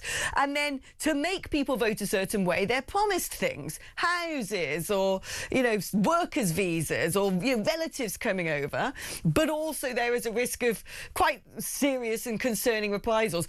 And back to what I wanted to ask you is, in your opinion, from what you have observed, you would potentially argue that various Labour candidates have been not just well aware of this, but know full well what is going on and have been exploiting this in order to get election victories. Not only would I say that, I would also point you in the direction of Simon Danchuk, the former Rochdale MP. He recently put a post on X where he confirms he inadvertently benefited from this arrangement. Wow. This is real. This has been going on in plain sight, and it's only now exposed the way it is, Alex, because they've cut out the middleman. They no longer need the Labour Party. They can put forward their own candidates and win elections for their own people. And this is the place where we're going. And Matthew was right when he used the term sectarian. It's terrifying. Raja, I'm going to have to say goodbye to you there, but thank you so much for coming on the programme. You're an extremely brave man. Every time Raja exposes something like this, he risks himself, his own life. Extraordinary stuff. You heard it there. And I've seen it myself. This is going on. It's been going on for a long time. It's corrupt, it's disgusting, it's anti-democratic, it's cheating, it's illegal. And if it is the case that this has been willingly exploited by people who have been sitting on those green benches for the legacy parties, wow, what a situation we're in. Before we go to break, Iran have been piping up. The Islamic Revolutionary Guard Corps has threatened to unleash a new wave of intense attacks on the United States and Israel as the conflict enters a fourth day. To quote, "The enemy must await continuous punitive attacks. The gates of hell will open more and more, moment by moment, upon the United States and Israel," a spokesman told States TV. Iran did launch a new missile attack on Israel this morning, as we saw Fleur Hassan running to the public bomb shelter. But so far, the IDF have said there are no reports of injuries. I think things are going to be hotting up significantly over the coming hours. OK, we're taking a short break now, but don't go anywhere.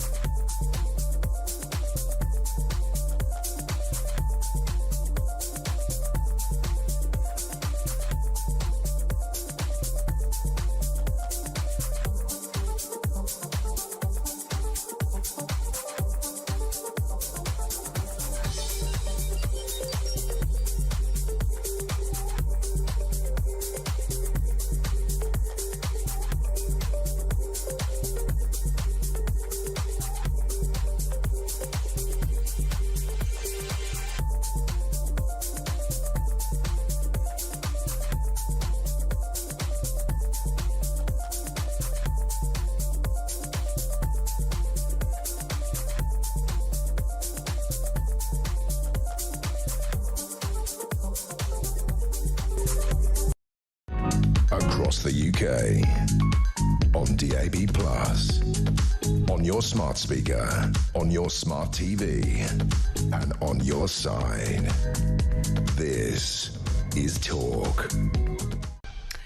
Hello there, welcome back. Now we're going to take a little departure from the drama of geopolitics right now and focus our attention back at home, because an astonishing story here is junior doctors are allegedly claiming to have ADHD and dyslexia to get out of doing night shifts and on-call work. Now that is according to NHS leaders. The number of doctors who say they're neurodivergent or have learning disabilities has almost doubled to more than 6,000 since the pandemic, with the British-born doctors most likely to claim they've got a condition. Executives are concerned by a sharp rise in medics citing mental health or neurodivergence to reduce their workload or explain poor exam results. Well, let's speak now to Martin Gower, former NHS Trust chairman. We know that this sort of goes on a lot in society. A lot of people are on welfare claims because they're saying that they are facing certain psychological issues. But what do you make of this idea that doctors saying they've got ADHD is meaning that they're not having to do night shifts or on call? I don't understand how that's calculated. No, I mean, they're now one of them. It feels like the majority of the population who've got ADHD at the moment. I mean, this is quite serious. There's quite a serious angle to this, actually, Alex, because, I mean, would you want to be treated by a doctor suffering with ADHD? Well, this is the thing. You know, I've had plenty of doctor friends in my life, and they have to pass multiple exams. They have to get very good grades at school. They're constantly tested and assessed throughout their careers to make sure that they don't pose any danger to patient safety. And so how, in retrospect, someone can then say, well, I'm different from my colleagues. I actually can't perform my duties because of something. You've got to question how they got there in the first place, then, if that's the case. Absolutely. I mean, the first point on my checklist was we need to do much, much more detailed screening when junior doctors are appointed. And I mean screening of mental health. I mean, learning disabilities are unlikely, I think, just to appear at some time during their early career. I think that they would have been known before. Or I think autism is being claimed. There's all sorts of issues here. In my view, people with stress or depression or whatever it is, I guess stress is where it all starts. Probably the best solution to that always is to work. You know, we've all been through stressful part times in our careers, and at the end of the day, we've gone to work, and that's the way we've probably helped to overcome it. But I think there's a real issue here.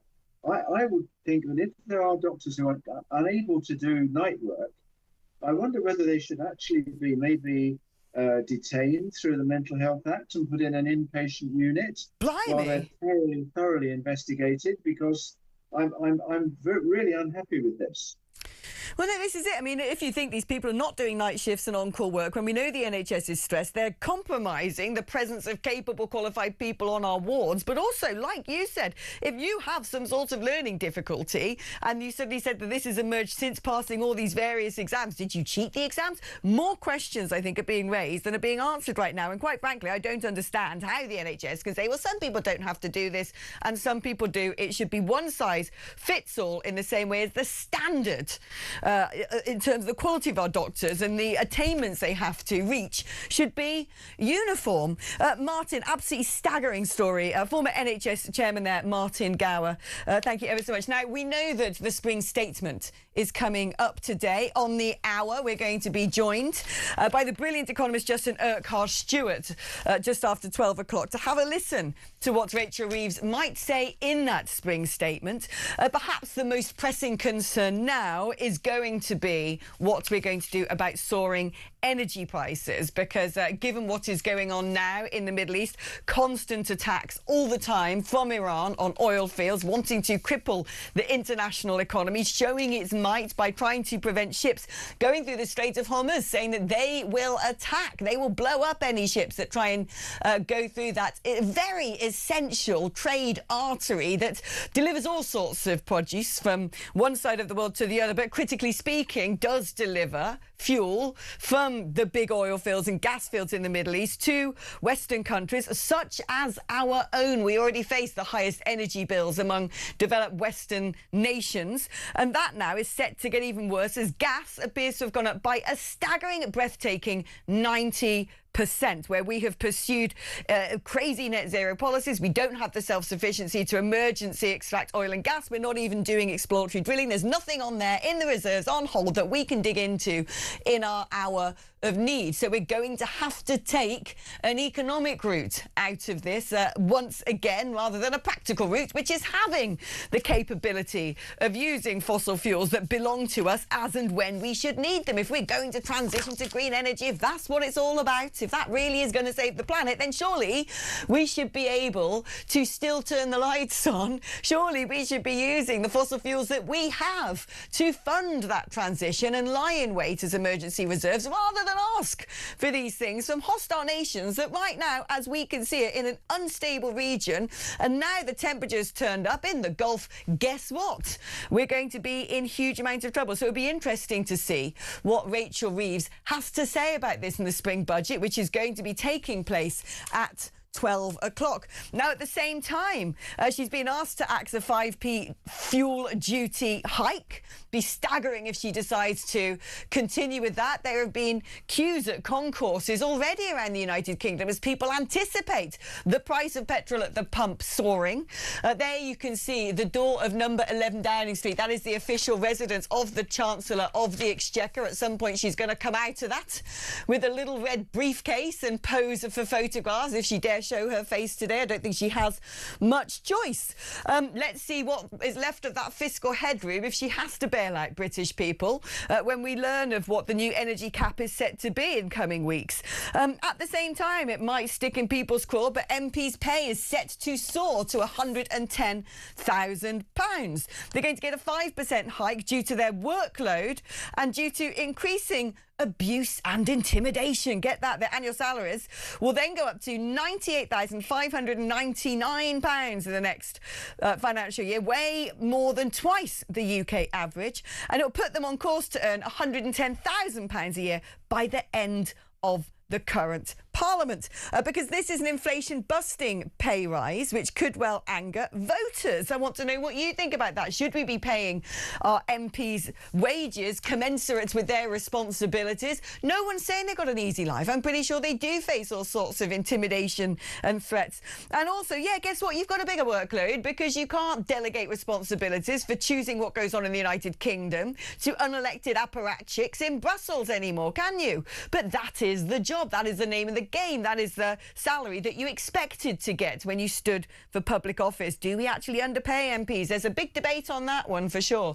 But we are continuing to look at the door of number 11, and for certain during the spring statement, it is very clear that the biggest issue facing Rachel Reeves will be the increasing cost of energy. That's about to set to skyrocket, which impacts on almost everything in society. It impacts upon the cost of logistics. It impacts upon the cost of operations in manufacturing, of food storage. It creates inflation across the board when the basic rate of fuel goes up. And like I said earlier, we know that gas has gone up by 90%. Qatar has turned around and said they're not going to be producing liquefied natural gas anymore. Their gas fields have been targeted by Iran. And what we're hearing from Iran is things are going to intensify. There is no way they're backing down. In fact, Iran's drone mothership is going to be used to launch attacks. Well, that's now actually thankfully been obliterated in a US strike. So some progress there. It is good to see. The Shahid Bagheri, which is operated by the Iranian Navy, was Iran's largest warship.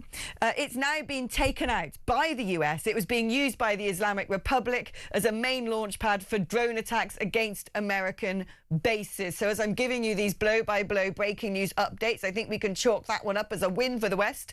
US Central Command has also rebuked Iranian leadership for falsely claiming it had sunk an American aircraft carrier in the Gulf. In a statement on X, the US Central Command said the Iranian regime's false messaging machine continues to claim that it has sunk a US aircraft carrier. The only carrier that has been hit is the Shahid Bagheri, an Iranian drone character carrier. So there you go, a little bit of good news. I'll be giving you the blow-by-blow account of what is going on in the region, and of course, as we are fighting to protect, we're not fighting to protect RAF Akrotiri, the French and the Greeks are, as our own HMS Duncan warship trundles out of Portsmouth in that direction. It'll take a week to get there. Tell you what, a lot can happen in a week. As we stay focused on the door of number 11 Downing Street, the official residence of the Chancellor of Exchequer, as we expect her to do a photo call with her red briefcase before making that journey to Parliament to address the Commons in the spring statement. Let's have a chat now with Andrew, who's in Hertfordshire. How are you doing, Andrew? Really good, cracking show, Alex. Look, I think Trump has played Starmer really well. If you remember, Trump addressed NATO and he said, I don't believe if we asked for help, you'd help us. And it transpires that he's correct. He asked a member of NATO, us, the UK, for help, and we turned him down. And so the royal visit will go. Trump loves the royals. That will go and happen. And then in May, it's the elections, and Trump will eviscerate Starmer in the run-up to those. What do you think the reason is that Starmer hasn't worked with America? I mean, I get the impression America didn't even properly brief him. I don't think they trust him. I don't think they like him. I think they consider our government rather compromised, particularly in the light of the revelations over Diego Garcia. And then I think after being excluded, Starmer's turned around and said, well, you can't use those bases. But is it out of weakness? Is it because he doesn't like Donald Trump? Is it because of woke ideology and being, I suppose, sort of tacitly complicit with what goes on in Iran?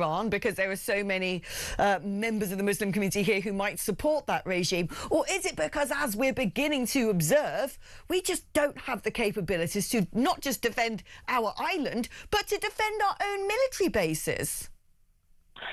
The reason that he is in this position is that he lets the process do the thinking for him.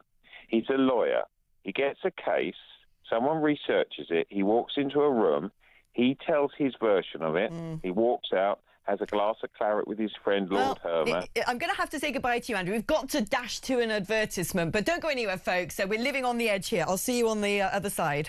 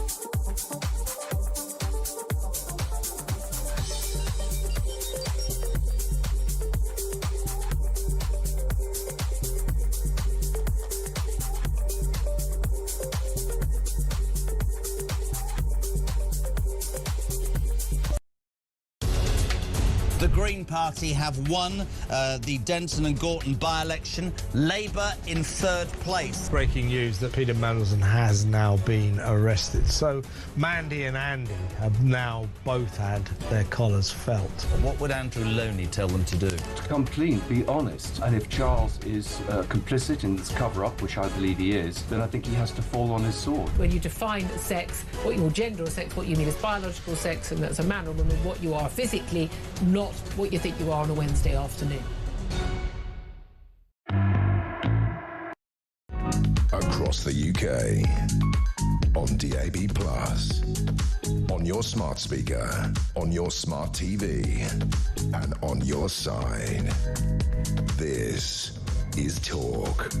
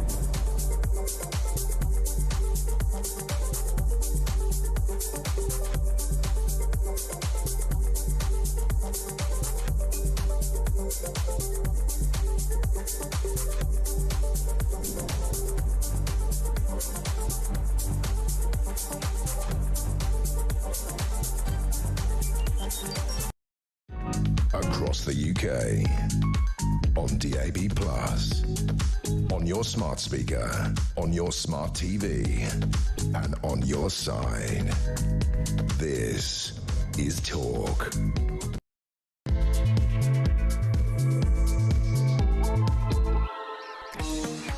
Welcome back to the show. Wow, it's been a dramatic 2 hours and my eyes are just glued to all the screens surrounding me as there are developments in the Middle East, but there are going to be developments back at home in the United Kingdom, because while we were on our little break, Rachel Reeves has departed the door of number 11 Downing Street, looking quite dapper in a powder blue, well-fitted tailored suit, making her way over to the House of Commons, where she is going to address Parliament with the spring statement. And I'm pretty sure when she was drawing up what was going to be in that statement, when she was using her abacus to tally up the incomings and outgoings of the UK Treasury, she may not have anticipated that war would be in the Middle East, that the Strait of Hormuz would be shut, that gas would go up by 90%, given the attacks on oil fields and gas fields and the closure of some of those vital maritime routes. She finds herself now in an urgent situation, in a very dangerous, perilous international economic context. So it would be interesting to see how she has been able to adapt her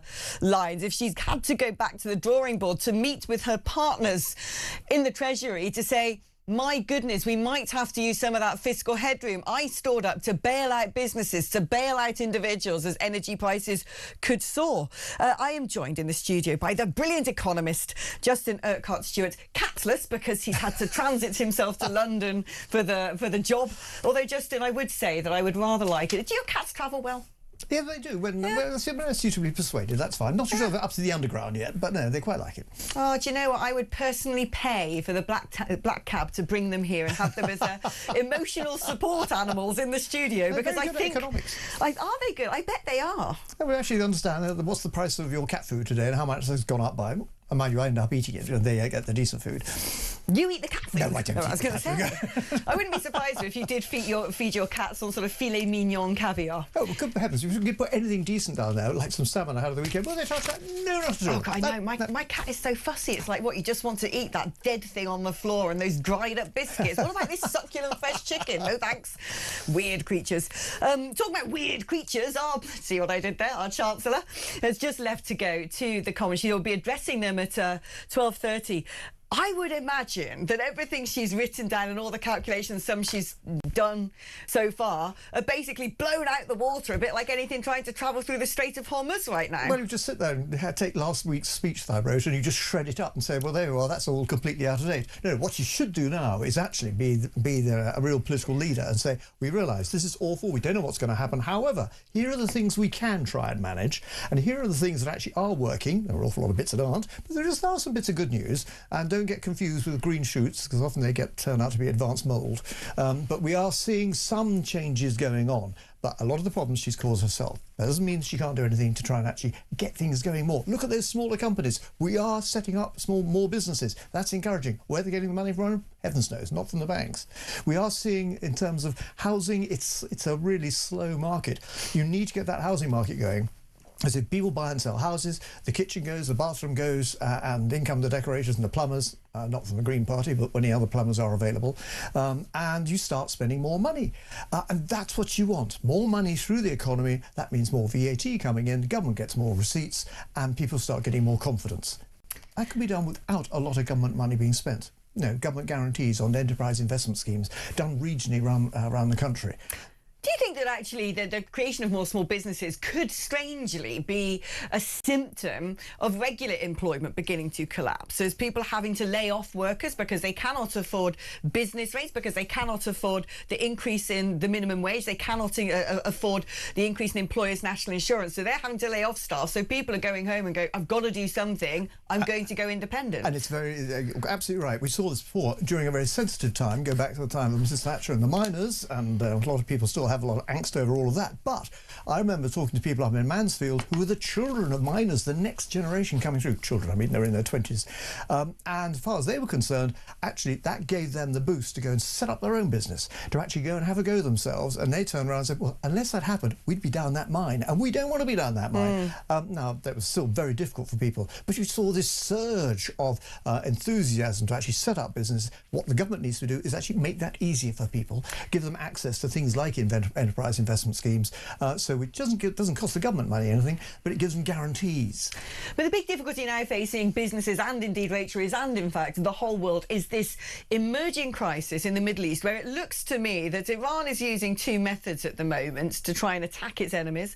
One is with physical brute kinetic force, but the other is creating as much global economic instability as possible, going after critical energy supplies, critical shipping routes, with a view, one assumes, of precipitating a massive problem in the global economy. And is it true that the UK is sort of almost uniquely perilously positioned? When these shockwaves hit us, we don't really have self-sufficiency when it comes to our oil and gas supplies. We already have critically high energy prices. But certainly what we could be doing is reorganising our energy prices. At the moment, we're still tied as elements of the gas tariff, which everyone regards as some holy element we have to have and we stick by it. So decoupling electricity from we could try and decouple all of that. And also then, if you're investing on things like National Grid, it then means that all the wind power, which I know we all get annoyed about, you start getting the benefit from it. So the wind power in the North Scotland can actually be used in southern England, as opposed to actually sponsoring companies to actually shut off the windmills, which is really stupid. We get actually relatively little of oil coming out of the Persian Gulf. Most of that actually goes towards China, but we do need the LNG, the gas there, which has been coming from Qatar. I understand. Qatar, and of course that's the moment their primary refinery of that's just been shut down. Then they're not making it anymore. No, and you had 4 tankers going through the Strait of Hormuz yesterday, 3 of which were Iranian. One wasn't. I don't know what happened to the one that got through, but presumably you had to do it rather carefully. So this is a perilous situation. A lot of that oil, though, goes to China. Now, here is one of the key issues. The strength that China has in terms of putting more force on the Iranians to get to do something. And that's the issue, because China's economy as well is in not an easy situation. They're big, they're bold, but actually going to find themselves with a slowing economy and a population which is finding itself with, you're not supposed to have unemployment in China or even social unrest, but it's there and they need to do something about that. If we have sustained instability, to put it mildly, in the Middle East and blockages in these critical maritime routes, it affects, as you're saying, the entire international economy. But what sort of reverberations does that then have in terms of borrowing, government debt, inflation? Key element to that, back to that tiresome word, confidence. Because as soon as people find a reason not to do something, my heavens, a ship stuck in the Suez Canal, which remember happened a few years back, and that had a knock-on effect on the following year's Christmas sales, would you believe, because the number of toys and things that were on those containers that were going to be sold in several months' time. So it takes very, very little for these pinch points suddenly to have that dramatic effect. And of course, one of the key measures we got for that is here in London. We got Lloyd's of London, who organise the insurance for these things, and if boats can't get insurance, or it just becomes too expensive, or they have to then go around Africa, which adds another couple of weeks to it and cost, then again, that's another reason for people saying, am I going to invest? Am I going to set up a business? Or no, I'm feeling a bit nervous at the moment, I wait. So what all governments need to do is to actually say, right, okay, we've got to try and sort out that at least. There's not much we can do directly to it, but domestically, you could start encouraging more things going, and there are some elements of change beginning to occur in the UK economy, but you need to, it's a bit like starting a bonfire, you need to nurture the flame and encourage people to say, look, it's hot here. But I mean, my concern, in fact, is that everything going on could actually lead to a global economic event. And so whatever we might be nurturing could easily be stamped out. But what is our exposure to those shockwaves? If we do see a prolonged conflict in the Middle East where everybody's energy supplies are curtailed, so that naturally pushes the prices of energy up for everybody, and where we do see economies, big economies, which are sort of almost linchpins in the global landscape, such as China, beginning to falter because they're so dependent on Iran to supply their manufacturing. We understand now that, our debt to GDP ratio is higher than it's been for, well, I don't know, you all know this historically, but a long time. That government gilts, borrowing costs, all of these things are becoming a lot more ominous. But there are some brave things you could try and do with this and try and challenge the status quo. Say, for example, around about 20% of our government debt is owned by the government. Because we had this thing called quantitative easing, where we produced money, issued debt, and then effectively bought that debt, it sounds, people don't believe it when you actually talk it through with them. So in theory, actually, we own the asset and we actually have the debt. So either side of the balance sheet could be crossed off. It's not as simple as that. What would happen if you did that, though? Because I've heard people discussing this before, sort of saying, left hand's given to right hand, so can't they just go woo when it's all solved? But would that not prevent people wanting to do business with Britain? You're quite right. Sort of people would start distrusting you and saying, John Carr credit rating or something. Exactly, you're just playing with your debt the entire time. What it does mean, though, is you could do this over time and actually get that reduced. And again, she's after headroom. That's one of the areas you would find a little bit more headroom. And so give it some imagination there. So start challenging some of the norms on this. We can get access to money. But to answer your question, what happens if we have this big global issue?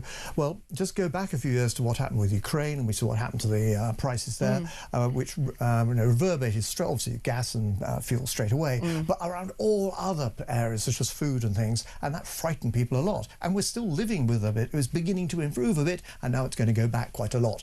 So you're going to need some imagination here to actually sit there and say, right, how do we manage our way through it, change some of these pricing structures, actually sit there and say, look, net zero, for heaven's sake, look, this is why be a martyr to the rest of the world? Actually, we do have oil and gas, which is accessible to us. We can improve access to these sort of things. We can't make a whole thing free, but we can actually try and spread that cost out over time so that the consumer doesn't have to face the worst of it. This is a swing statement. It isn't the annual budget, but would you anticipate, given the context of things going on, that Rachel Reeves, not much has been pre-briefed actually on this, so we don't really know what we were going to be presented with. Before the previous budget, there was weeks of sort of supposing and assuming what she could do, what she should do, and she herself, the department, as we remember, were briefing out how critical the situation situation was how bad the economy was. We're just scaring off investments. Flying kites or maybe just throwing drones. It didn't matter. We all got very confused, actually, what was actually going on, which, again, worked against it. Traditionally, you try and put out a story saying, we're thinking about this, just to get what the reaction was like. What actually happened with all of that, debriefing everybody with all these different stories, just meant they lost confidence in what the Chancellor and what the Treasury was doing. They need to keep it really, if they want to find out information, they can do so. They don't need to put this in the popular press to be able to try and get that out. So a bit more intelligence here. Go back to the basics of how you run an economy, and it really is going back to the roots, getting sure that individuals have confidence in their primary asset, probably their house or their flat, and the ability to be able to do so, be able to pay the mortgage on all of that, and being able to, well, if I haven't got a job, what's the chance of me actually getting to go with my girls and chums to be able to sit there and say, we can actually start a business, and here is the funding structure behind it. So, and bear in mind, we also have some areas where we are very good. We are really good at tech. All those tech hubs around the country, whether it's Silicon Roundabout, Silicon Fen, Glen, all those different bits. And what they are is little groups of high-tech companies, and they breed. Unfortunately, what happens is the Americans say, that's jolly good. I tell you what, why don't you come over to California? We won't tax you as much, and you've got sunshine. But, I mean, the spring statement sort of often acts a bit more like a sort of quarterly AGM, a sort of health check of how are things going since the autumn budget, what sort of tweaks are going to be made, is there a change of direction in travel?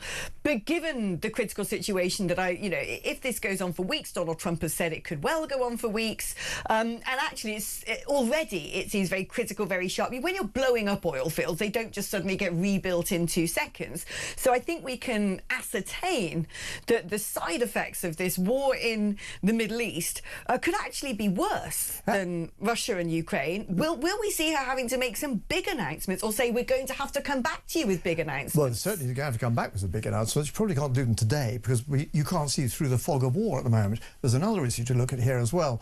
Prime Minister Carney of Canada, not the first chap to come to mind when you think about the Governor of the Bank of England, of exactly. And there he was when he was being torn off a strip by the President of the States about tariffs and things like that. And he didn't react by having a hissy fit. He just went back and took some of the old trade routes, which was embedded in terms of manufacturing of cars. Apparently the cars in North America will have to cross that border into Canada back 7 times to complete a car. Not because it's sharing out with Canada, but these were really efficient ways of making things. Right, the supply chains were sort of extremely convoluted. And also with agriculture. America is very dependent upon the wheat and other areas, canola, coming from the south. And when he started saying, we're going to put tariffs on this, Carney didn't actually respond to it. He said, right, we reached more agreements with the EU and with China, and those old trade routes, which have been designed and built to be efficient, have now gone. So he had insulated himself against Trump's, let's say, mercurial decision-making when it comes to his tariff games. But that's going to affect us as well, because those old trade routes gone, you can't put them back too quickly. And then what does America do to try and actually put things back as they were? Reverse it all?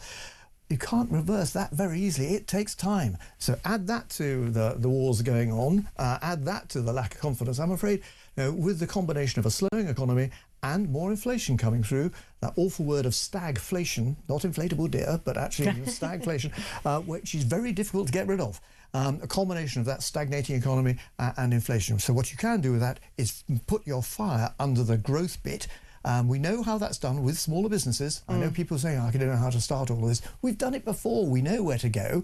It's just that, unfortunately, this government, this group in the Treasury, don't have the experience. How many times have they woken up at 3 o'clock in the morning when you're running a small business, wondering if you've still got one? Oh, I'm sure it's been on Rachel Reeves' CV at some point. Right, let's take a short break now, but don't go anywhere, because Justin and I are going to be back to talk you through anticipated economic announcements as the Chancellor is set to make her spring statement in front of the Commons in the Palace of Westminster at 12:30. We, of course, will be taking that live. We're going to talk you through the lot of it just after this.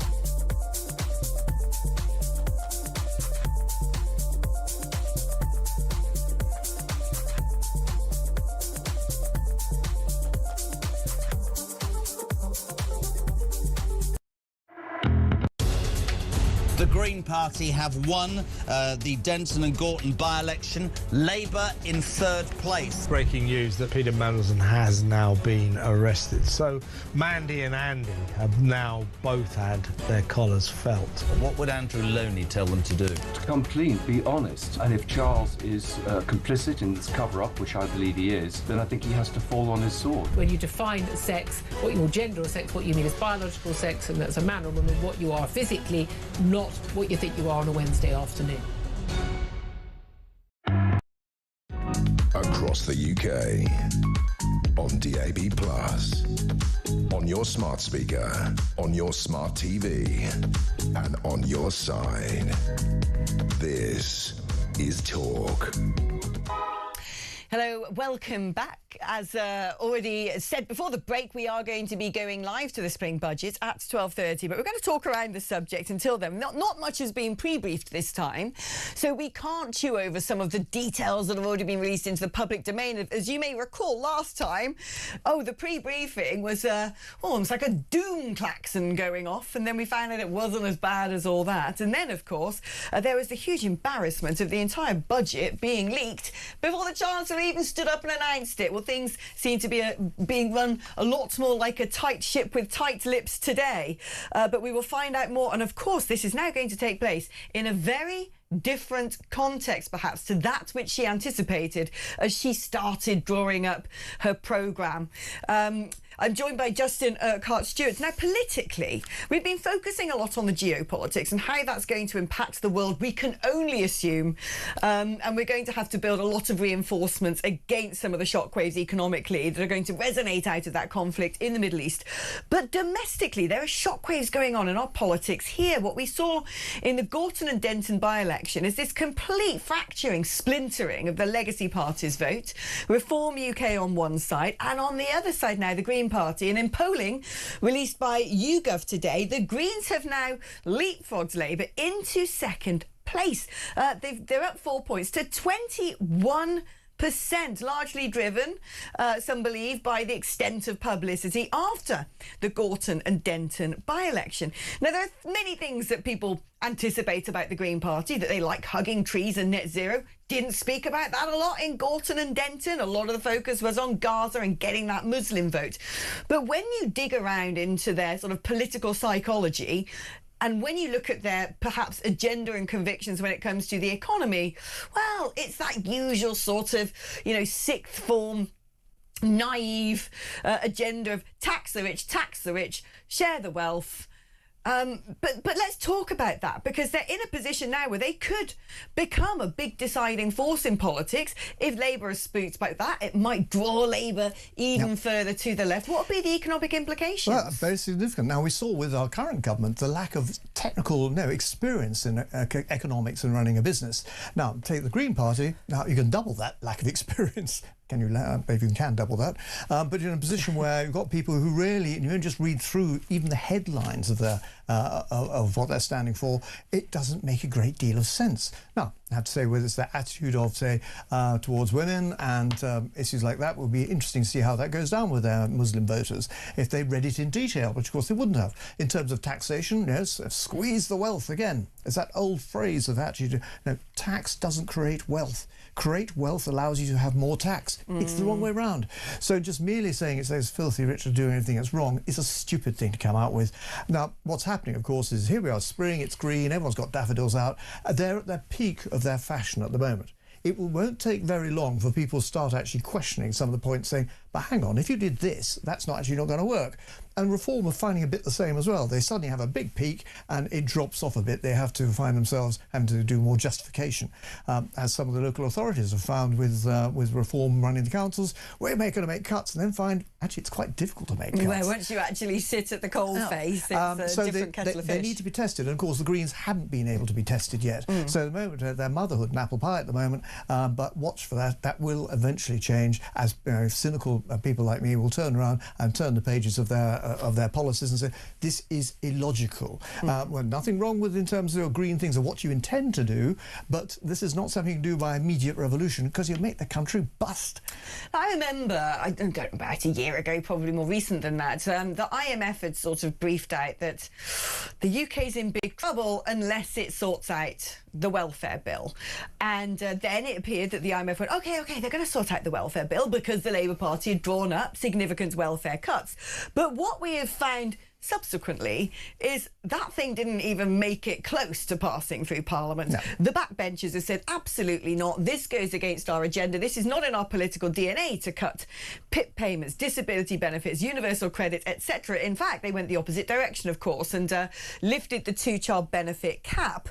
But one imagines now, you know, the economy is still in a very delicate position, and with things about to potentially hit hard as a result of global affairs, are they going to have to revisit that, or is politically now this pincer movement taking place where they, you know, the backbenchers and the threat of the Greens might drag them ever further into spend, not save, into use, not cut. Yep. And how close are we to that sort of, you know, 11:59 moment where you suddenly go, oh my goodness, Moody's are going to step in and our credit rating's going to be junked? We have, it could be very close to it if we're not communicating this profitably, effectively would be good. But remember, we're still the world's 6th largest economy, you know, so don't write us off. You know, we're still pretty significant, but we are living beyond our means, and that's the message we have to put out. If we're living beyond our means, what do we have to do to try and balance that up, so that at least and people will criticise the Tory government which came in after Gordon Brown because of the issues with you know, the policy of actually being so of austerity, which sounded so bad. But their aim was to actually balance the books except for the interest you pay on a debt. And they achieved it. Did they tell anybody? Did they realise actually that was actually at some pain we achieved all of that? A positive story that should have potentially been pushed out. We're going to take a short break now, so that will bring us back in timely fashion to cross live to the House of Commons, where the Chancellor of the Exchequer, Rachel Reeves, is due to be giving her spring statement in front of Parliament. We're going to be giving that to you just after this.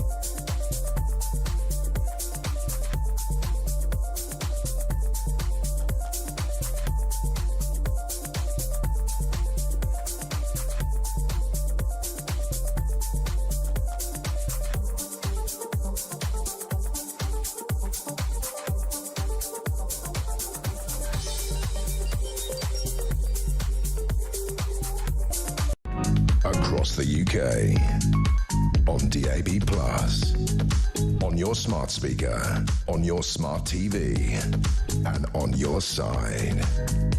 This is Talk. Hello and welcome back. Now, the half past the hour, which is in just over 30 seconds' time. Rachel Reeves is due to take to the floor of the House of Commons and deliver her spring statement to Parliament. Justin Urquhart-Stewart, the excellent erudite economist, joins me now. What might have seen a bit of a sort of mechanical, procedural, almost municipal event in terms of Spring's statement could take on a very different complexion given everything going on. But are we going to expect that today? Is it a little bit too close to the bone for her to have made any radical new decisions? If you've got any sense, don't make radical decisions now, because you don't know what's going to happen next outside this country, which will impact on us. Much better that she actually points the figures. She can actually say this is what been produced, and things like PMI, purchasing managers indicators, which can give actual facts then saying, yes, things are beginning to move ahead. Yes, there are issues over unemployment, very serious ones. But if I were her, just try and calm everything down and say, here are the good bits, we've still got these areas to try and address, and then shut up. If she potentially even deigns to reach for the emergency lever that says I'm going to have to tax more, we've already seen a significant amount of capital flight, especially leaving London. I think it was around 12,500 millionaires left during the course of the previous year, about 11,500 the year before. That has a huge impact in having to then reach lower down the economic spectrum to the lower earners to get that money in the absence of the higher taxpayers. How bad is that situation in the UK? And that's the issue. It seemed to be wrong to make money, and if you're making money, somehow that's evil. No, there's nothing wrong with making money, and nothing wrong with creating wealth. Well, everybody wants to try and do that, and it's this issue we have in this country of somehow it's sort of, you know, they're the greedy ones, whereas in America you'd be congratulated, saying, well done, you're making more money, you're creating more things. Hopefully over a career, I like to think, you know, done some number of things, but created jobs, created money, hopefully changed people's lives a little bit, and that's what we need to get in the position of saying. The economy has moved a bit. Here are the key areas we're looking at. Here are the hot spots where we know we can have an impact. Go back to those tech hubs again. And here are the areas which the government can directly impact without borrowing any more money through guarantees for company loans and things like that, and incentives so that there's a reward at the end where people are selling their businesses. They're not taxed to Hades on it.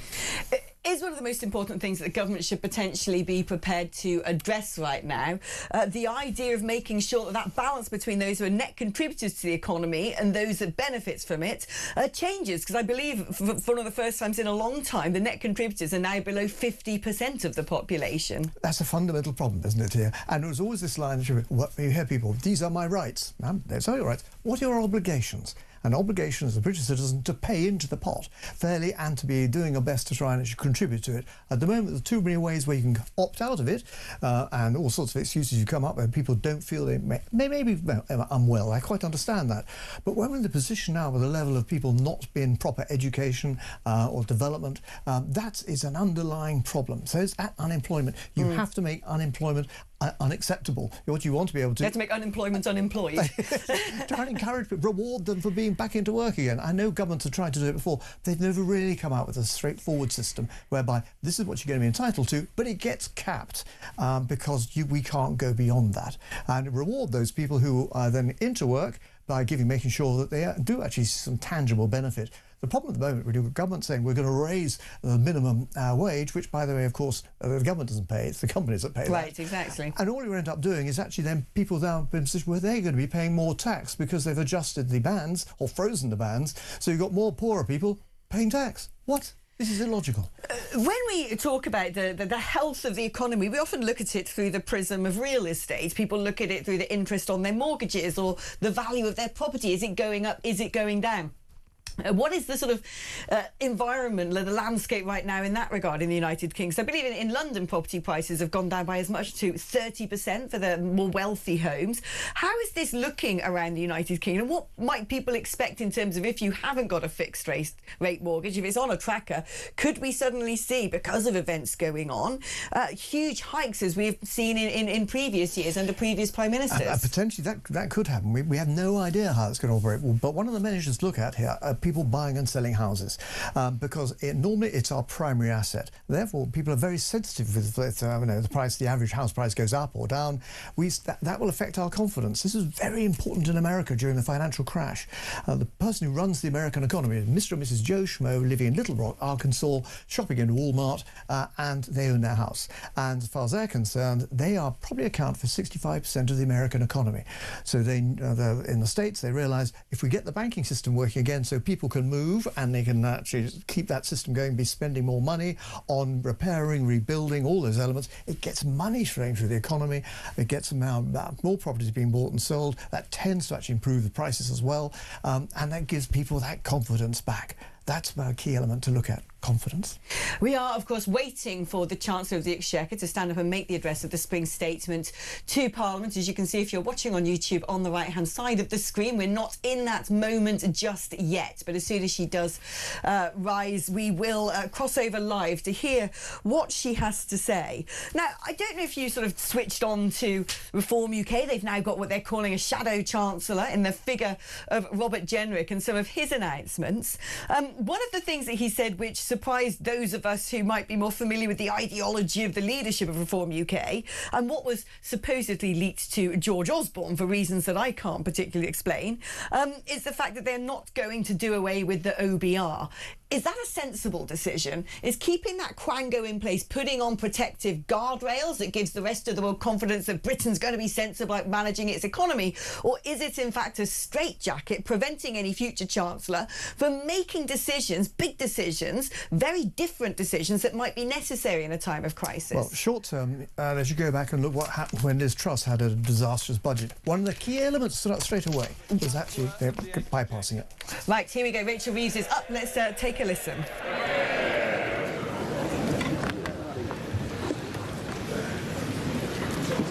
Mr. Speaker, this government has the right economic plan for our country. A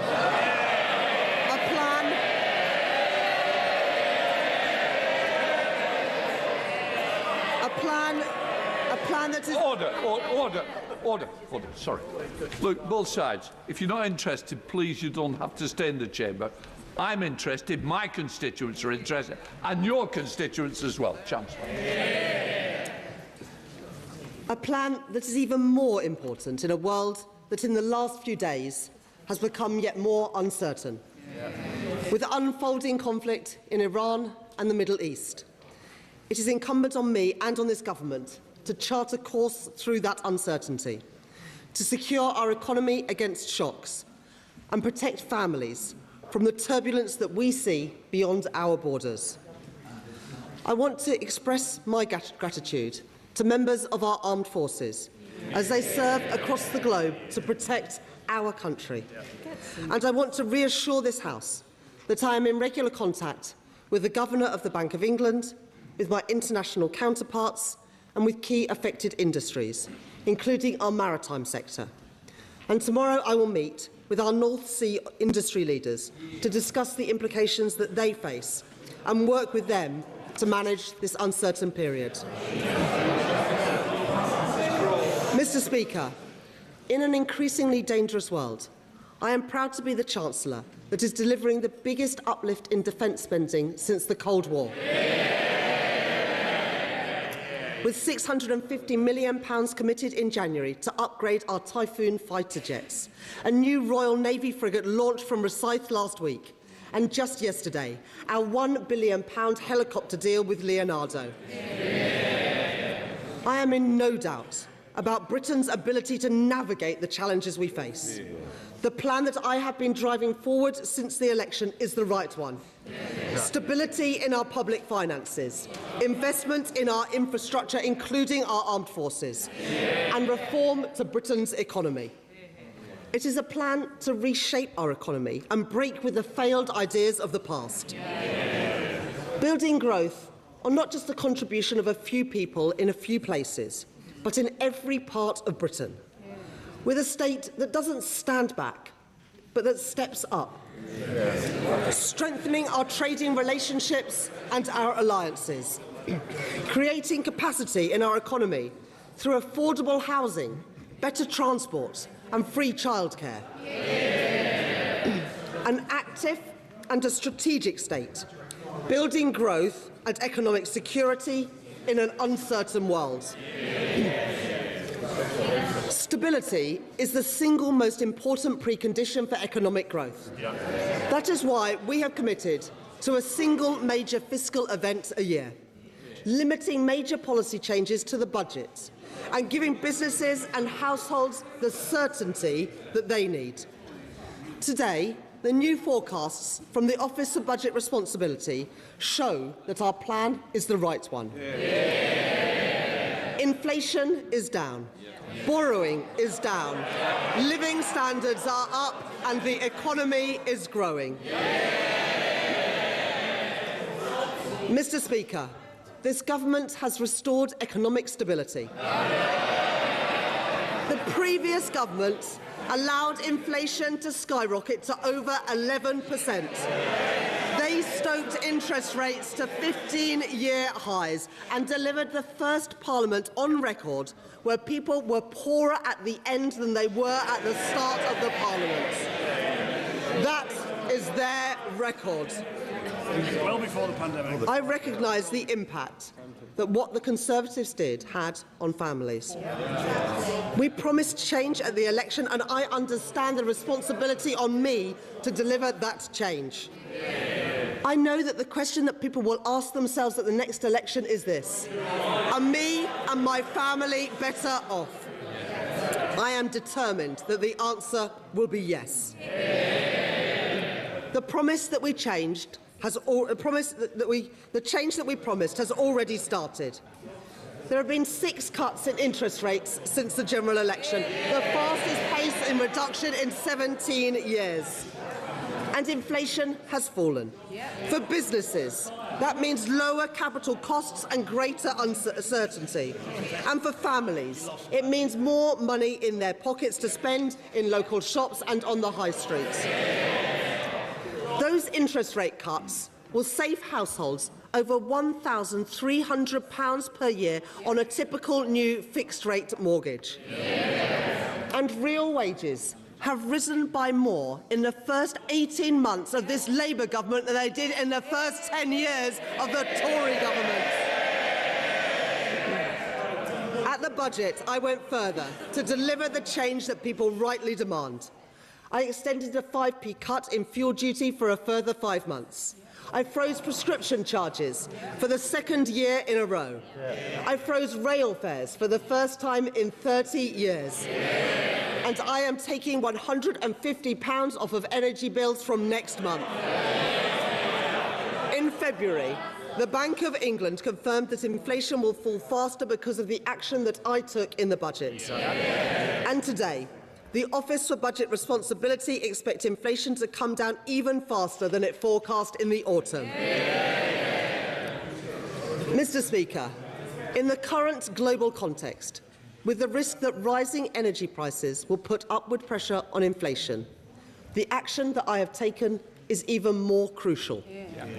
Keeping inflation low and stable is the best way to support family incomes and reduce pressures on the cost of living. But that's not all we've done. This Labour government has funded 30 hours of free childcare for working families. We are rolling out free breakfast clubs at primary schools. And we are set to achieve the biggest reduction in child poverty over a parliament since records began by reversing the shameful 2-child limit imposed by the party opposite. That is the moral choice for the children who will no longer go to school hungry, and for the women who will no longer have to suffer the grotesque indignity of the rape clause. And scrapping the 2-child limit is an enduring investment in our children and in our future, to realise the potential of young people whose otherwise potential would be wasted. The Tories have said that they would reinstate that destructive policy. And now Reform are saying exactly the same thing. 2 parties united in their intention to plunge nearly 500,000 children back into poverty at a single stroke.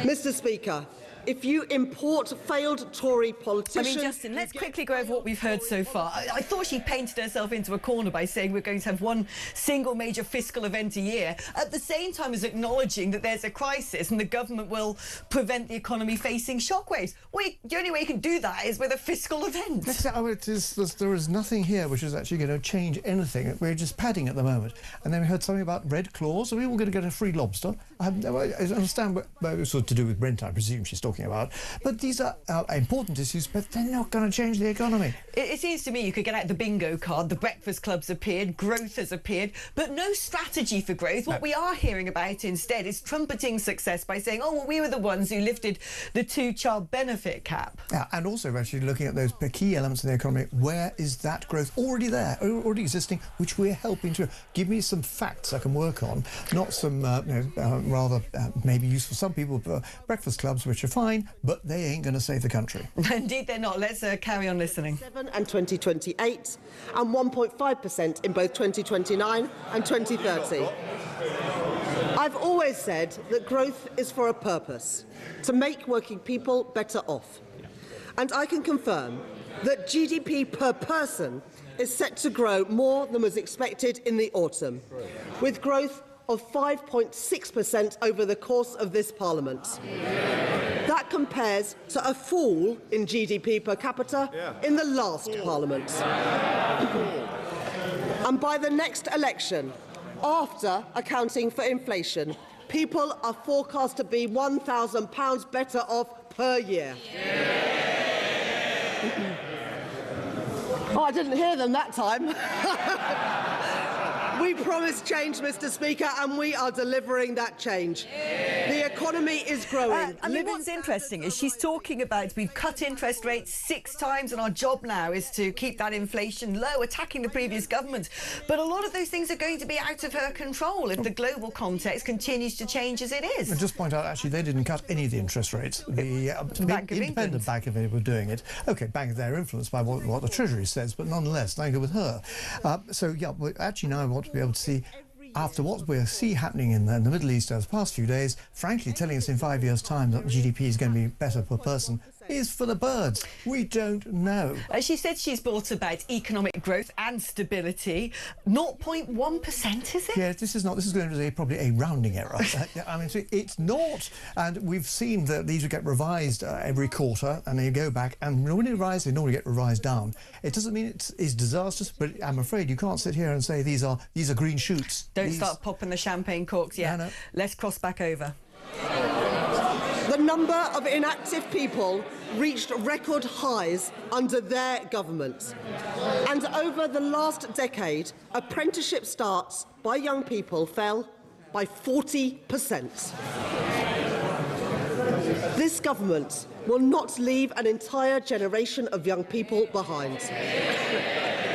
We are already taking action with additional investment to reform apprenticeships to prioritise young people. And through the £820 million Youth Guarantee, providing young people with employment support and a guaranteed job. And in the coming weeks, I will set out more reforms to undo the Tory legacy of neglect and give young people the support and the opportunity that they deserve. Mr. Speaker, in the face of global uncertainty, we beat the forecast last year.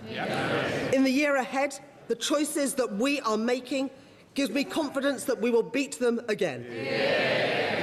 And in the year ahead, more of the choices that we have already made will come into effect. Discounts on business energy costs, trade deals with India, the US and the EU, reforms to back our entrepreneurs, investment in our infrastructure, skills funding for further education and more planning reforms. Progress opposed by the Conservatives, opposed by Reform, opposed by the Liberal Democrats and opposed by the Green Party too. Because it is Labour and only Labour that has the right plan for our country. I mean, if I'd say one thing, I'd say bookmark this speech because it seems incredibly tone-deaf, talking a lot about children's future and apprenticeships and the next generation, when frankly we're now plunged into the middle of a screaming mess when it comes to what's going to happen internationally. Well, last week, I suspect, the speech had already been written, and then lo and behold, we suddenly find we've got a Middle Eastern war. So that speech is now put through the shredder, and now someone's come up with an AI speech like this, which is going to be full of glorious, lovely statements. And the governments are going to guarantee jobs. Really? How? Really? How do you do that? And it's, start companies. That's the way you get jobs coming through. If the government start just guaranteeing jobs, just shelling out money to people, companies to go and employ somebody, that's not a good way to run an economy. That's called charitable work, worthy, but in this case, useless. Let's go back. For working people. The choices to take on vested interests and back the builders, not the blockers. The choice to increase public investment and protect our public finances with new fiscal rules. And the choice to give people in all parts of our country the opportunities that they deserve. By reforming the Treasury spending rules in the Green Book to unlock investment in all of our urban, rural and coastal communities. Mr. Speaker, those are the right choices for our country, for security, for stability and growth. Today's forecasts from the Office of Budget Responsibility show that they are starting to pay off. And I am clear-eyed about where the opportunities for the British economy lie in this Parliament and beyond. In my second May's lecture in 2 weeks' time, I will set out 3 major choices that will determine the course of our economy into the future.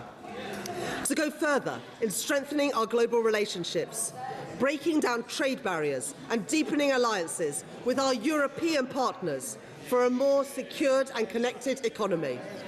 To go further in backing innovation and harnessing the power of AI, so that entrepreneurs and innovators thrive here in Britain, and so that working people reap the rewards. And to go further in transforming our economic geography, so that we can build growth on a broad and stable basis, spreading opportunity and unlocking opportunity in every part of Britain.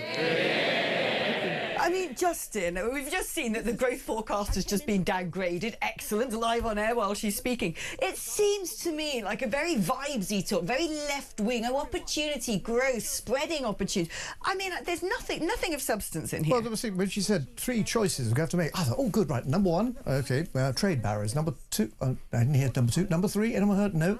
So it's not clear. This is a bad speech. It's not clear getting across some simple messages to people. The bit I was interested in, really, at the point of she's saying new fiscal rules.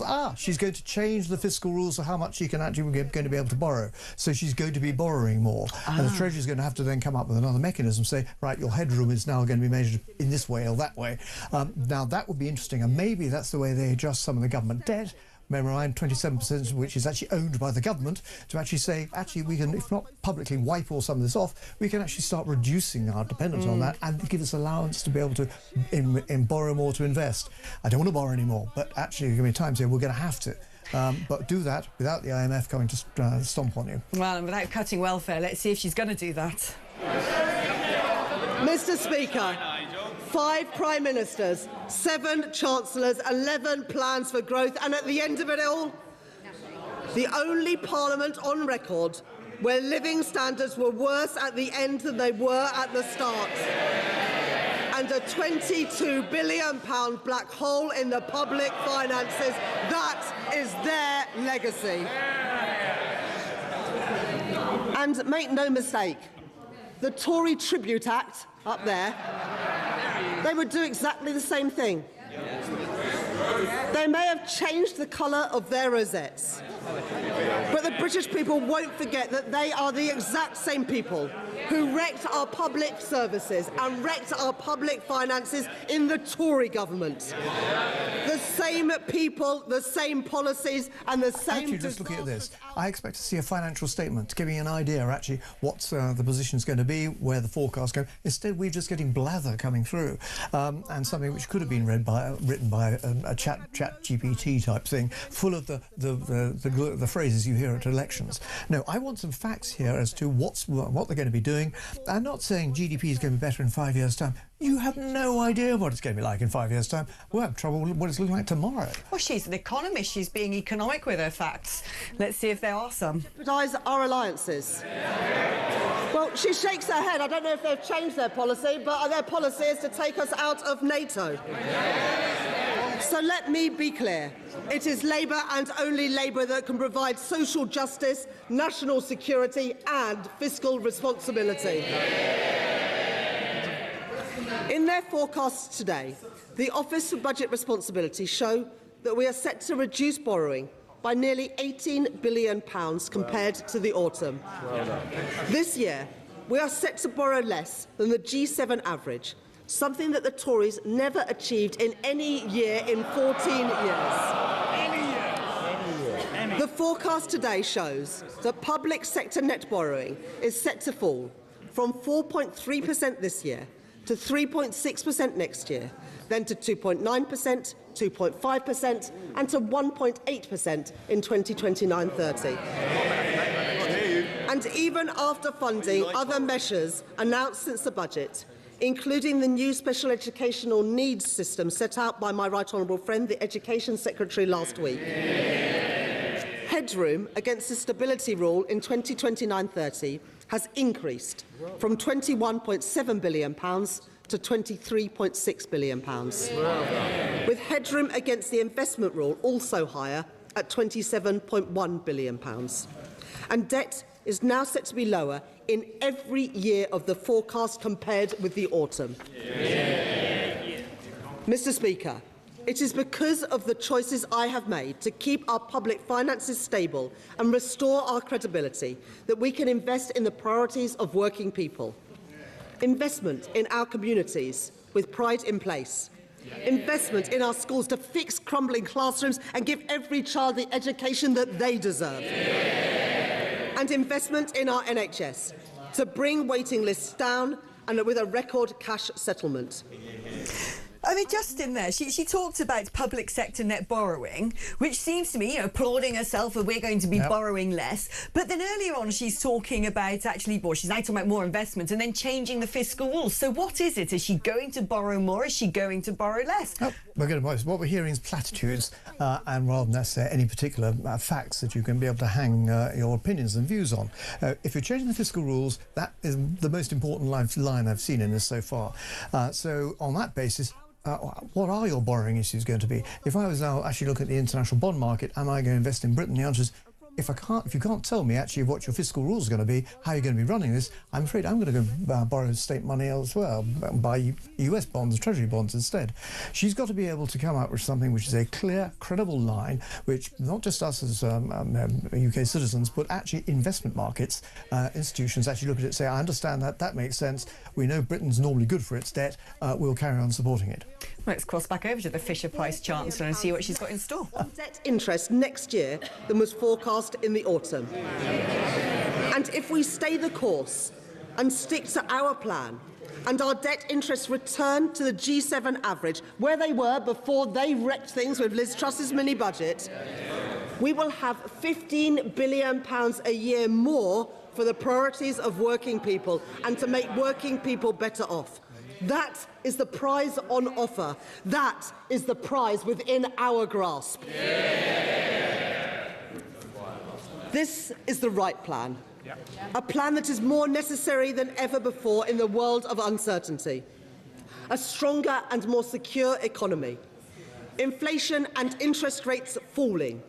Resilient public finances. And in every part of Britain, working people better off. Mr. Speaker, every additional patient treated in an NHS hospital, every child lifted out of poverty, every breakfast club in every school is because of the choices that we have taken. And because I have the right plan for our country. But let this House be in no doubt. Every pound that we have invested, every pound in the pockets of working people, every pound that we have secured in this forecast today can be wiped out by a change of course. So we must reject a return to austerity, to protect our public services and invest in Britain's future. We must reject the temptation of easy answers and reckless borrowing, to protect family finances and get the cost of living down. And we must reject the political instability which would put at risk all the progress that we have made. My plan is the right one. I am in no doubt about how great the rewards can be if we stay the course. The forecasts today confirm that the choices this government have made are the right ones. Stability in our public finances, interest rates and inflation falling, living standards rising, more children lifted out of poverty, more appointments in our NHS, more investment in our infrastructure,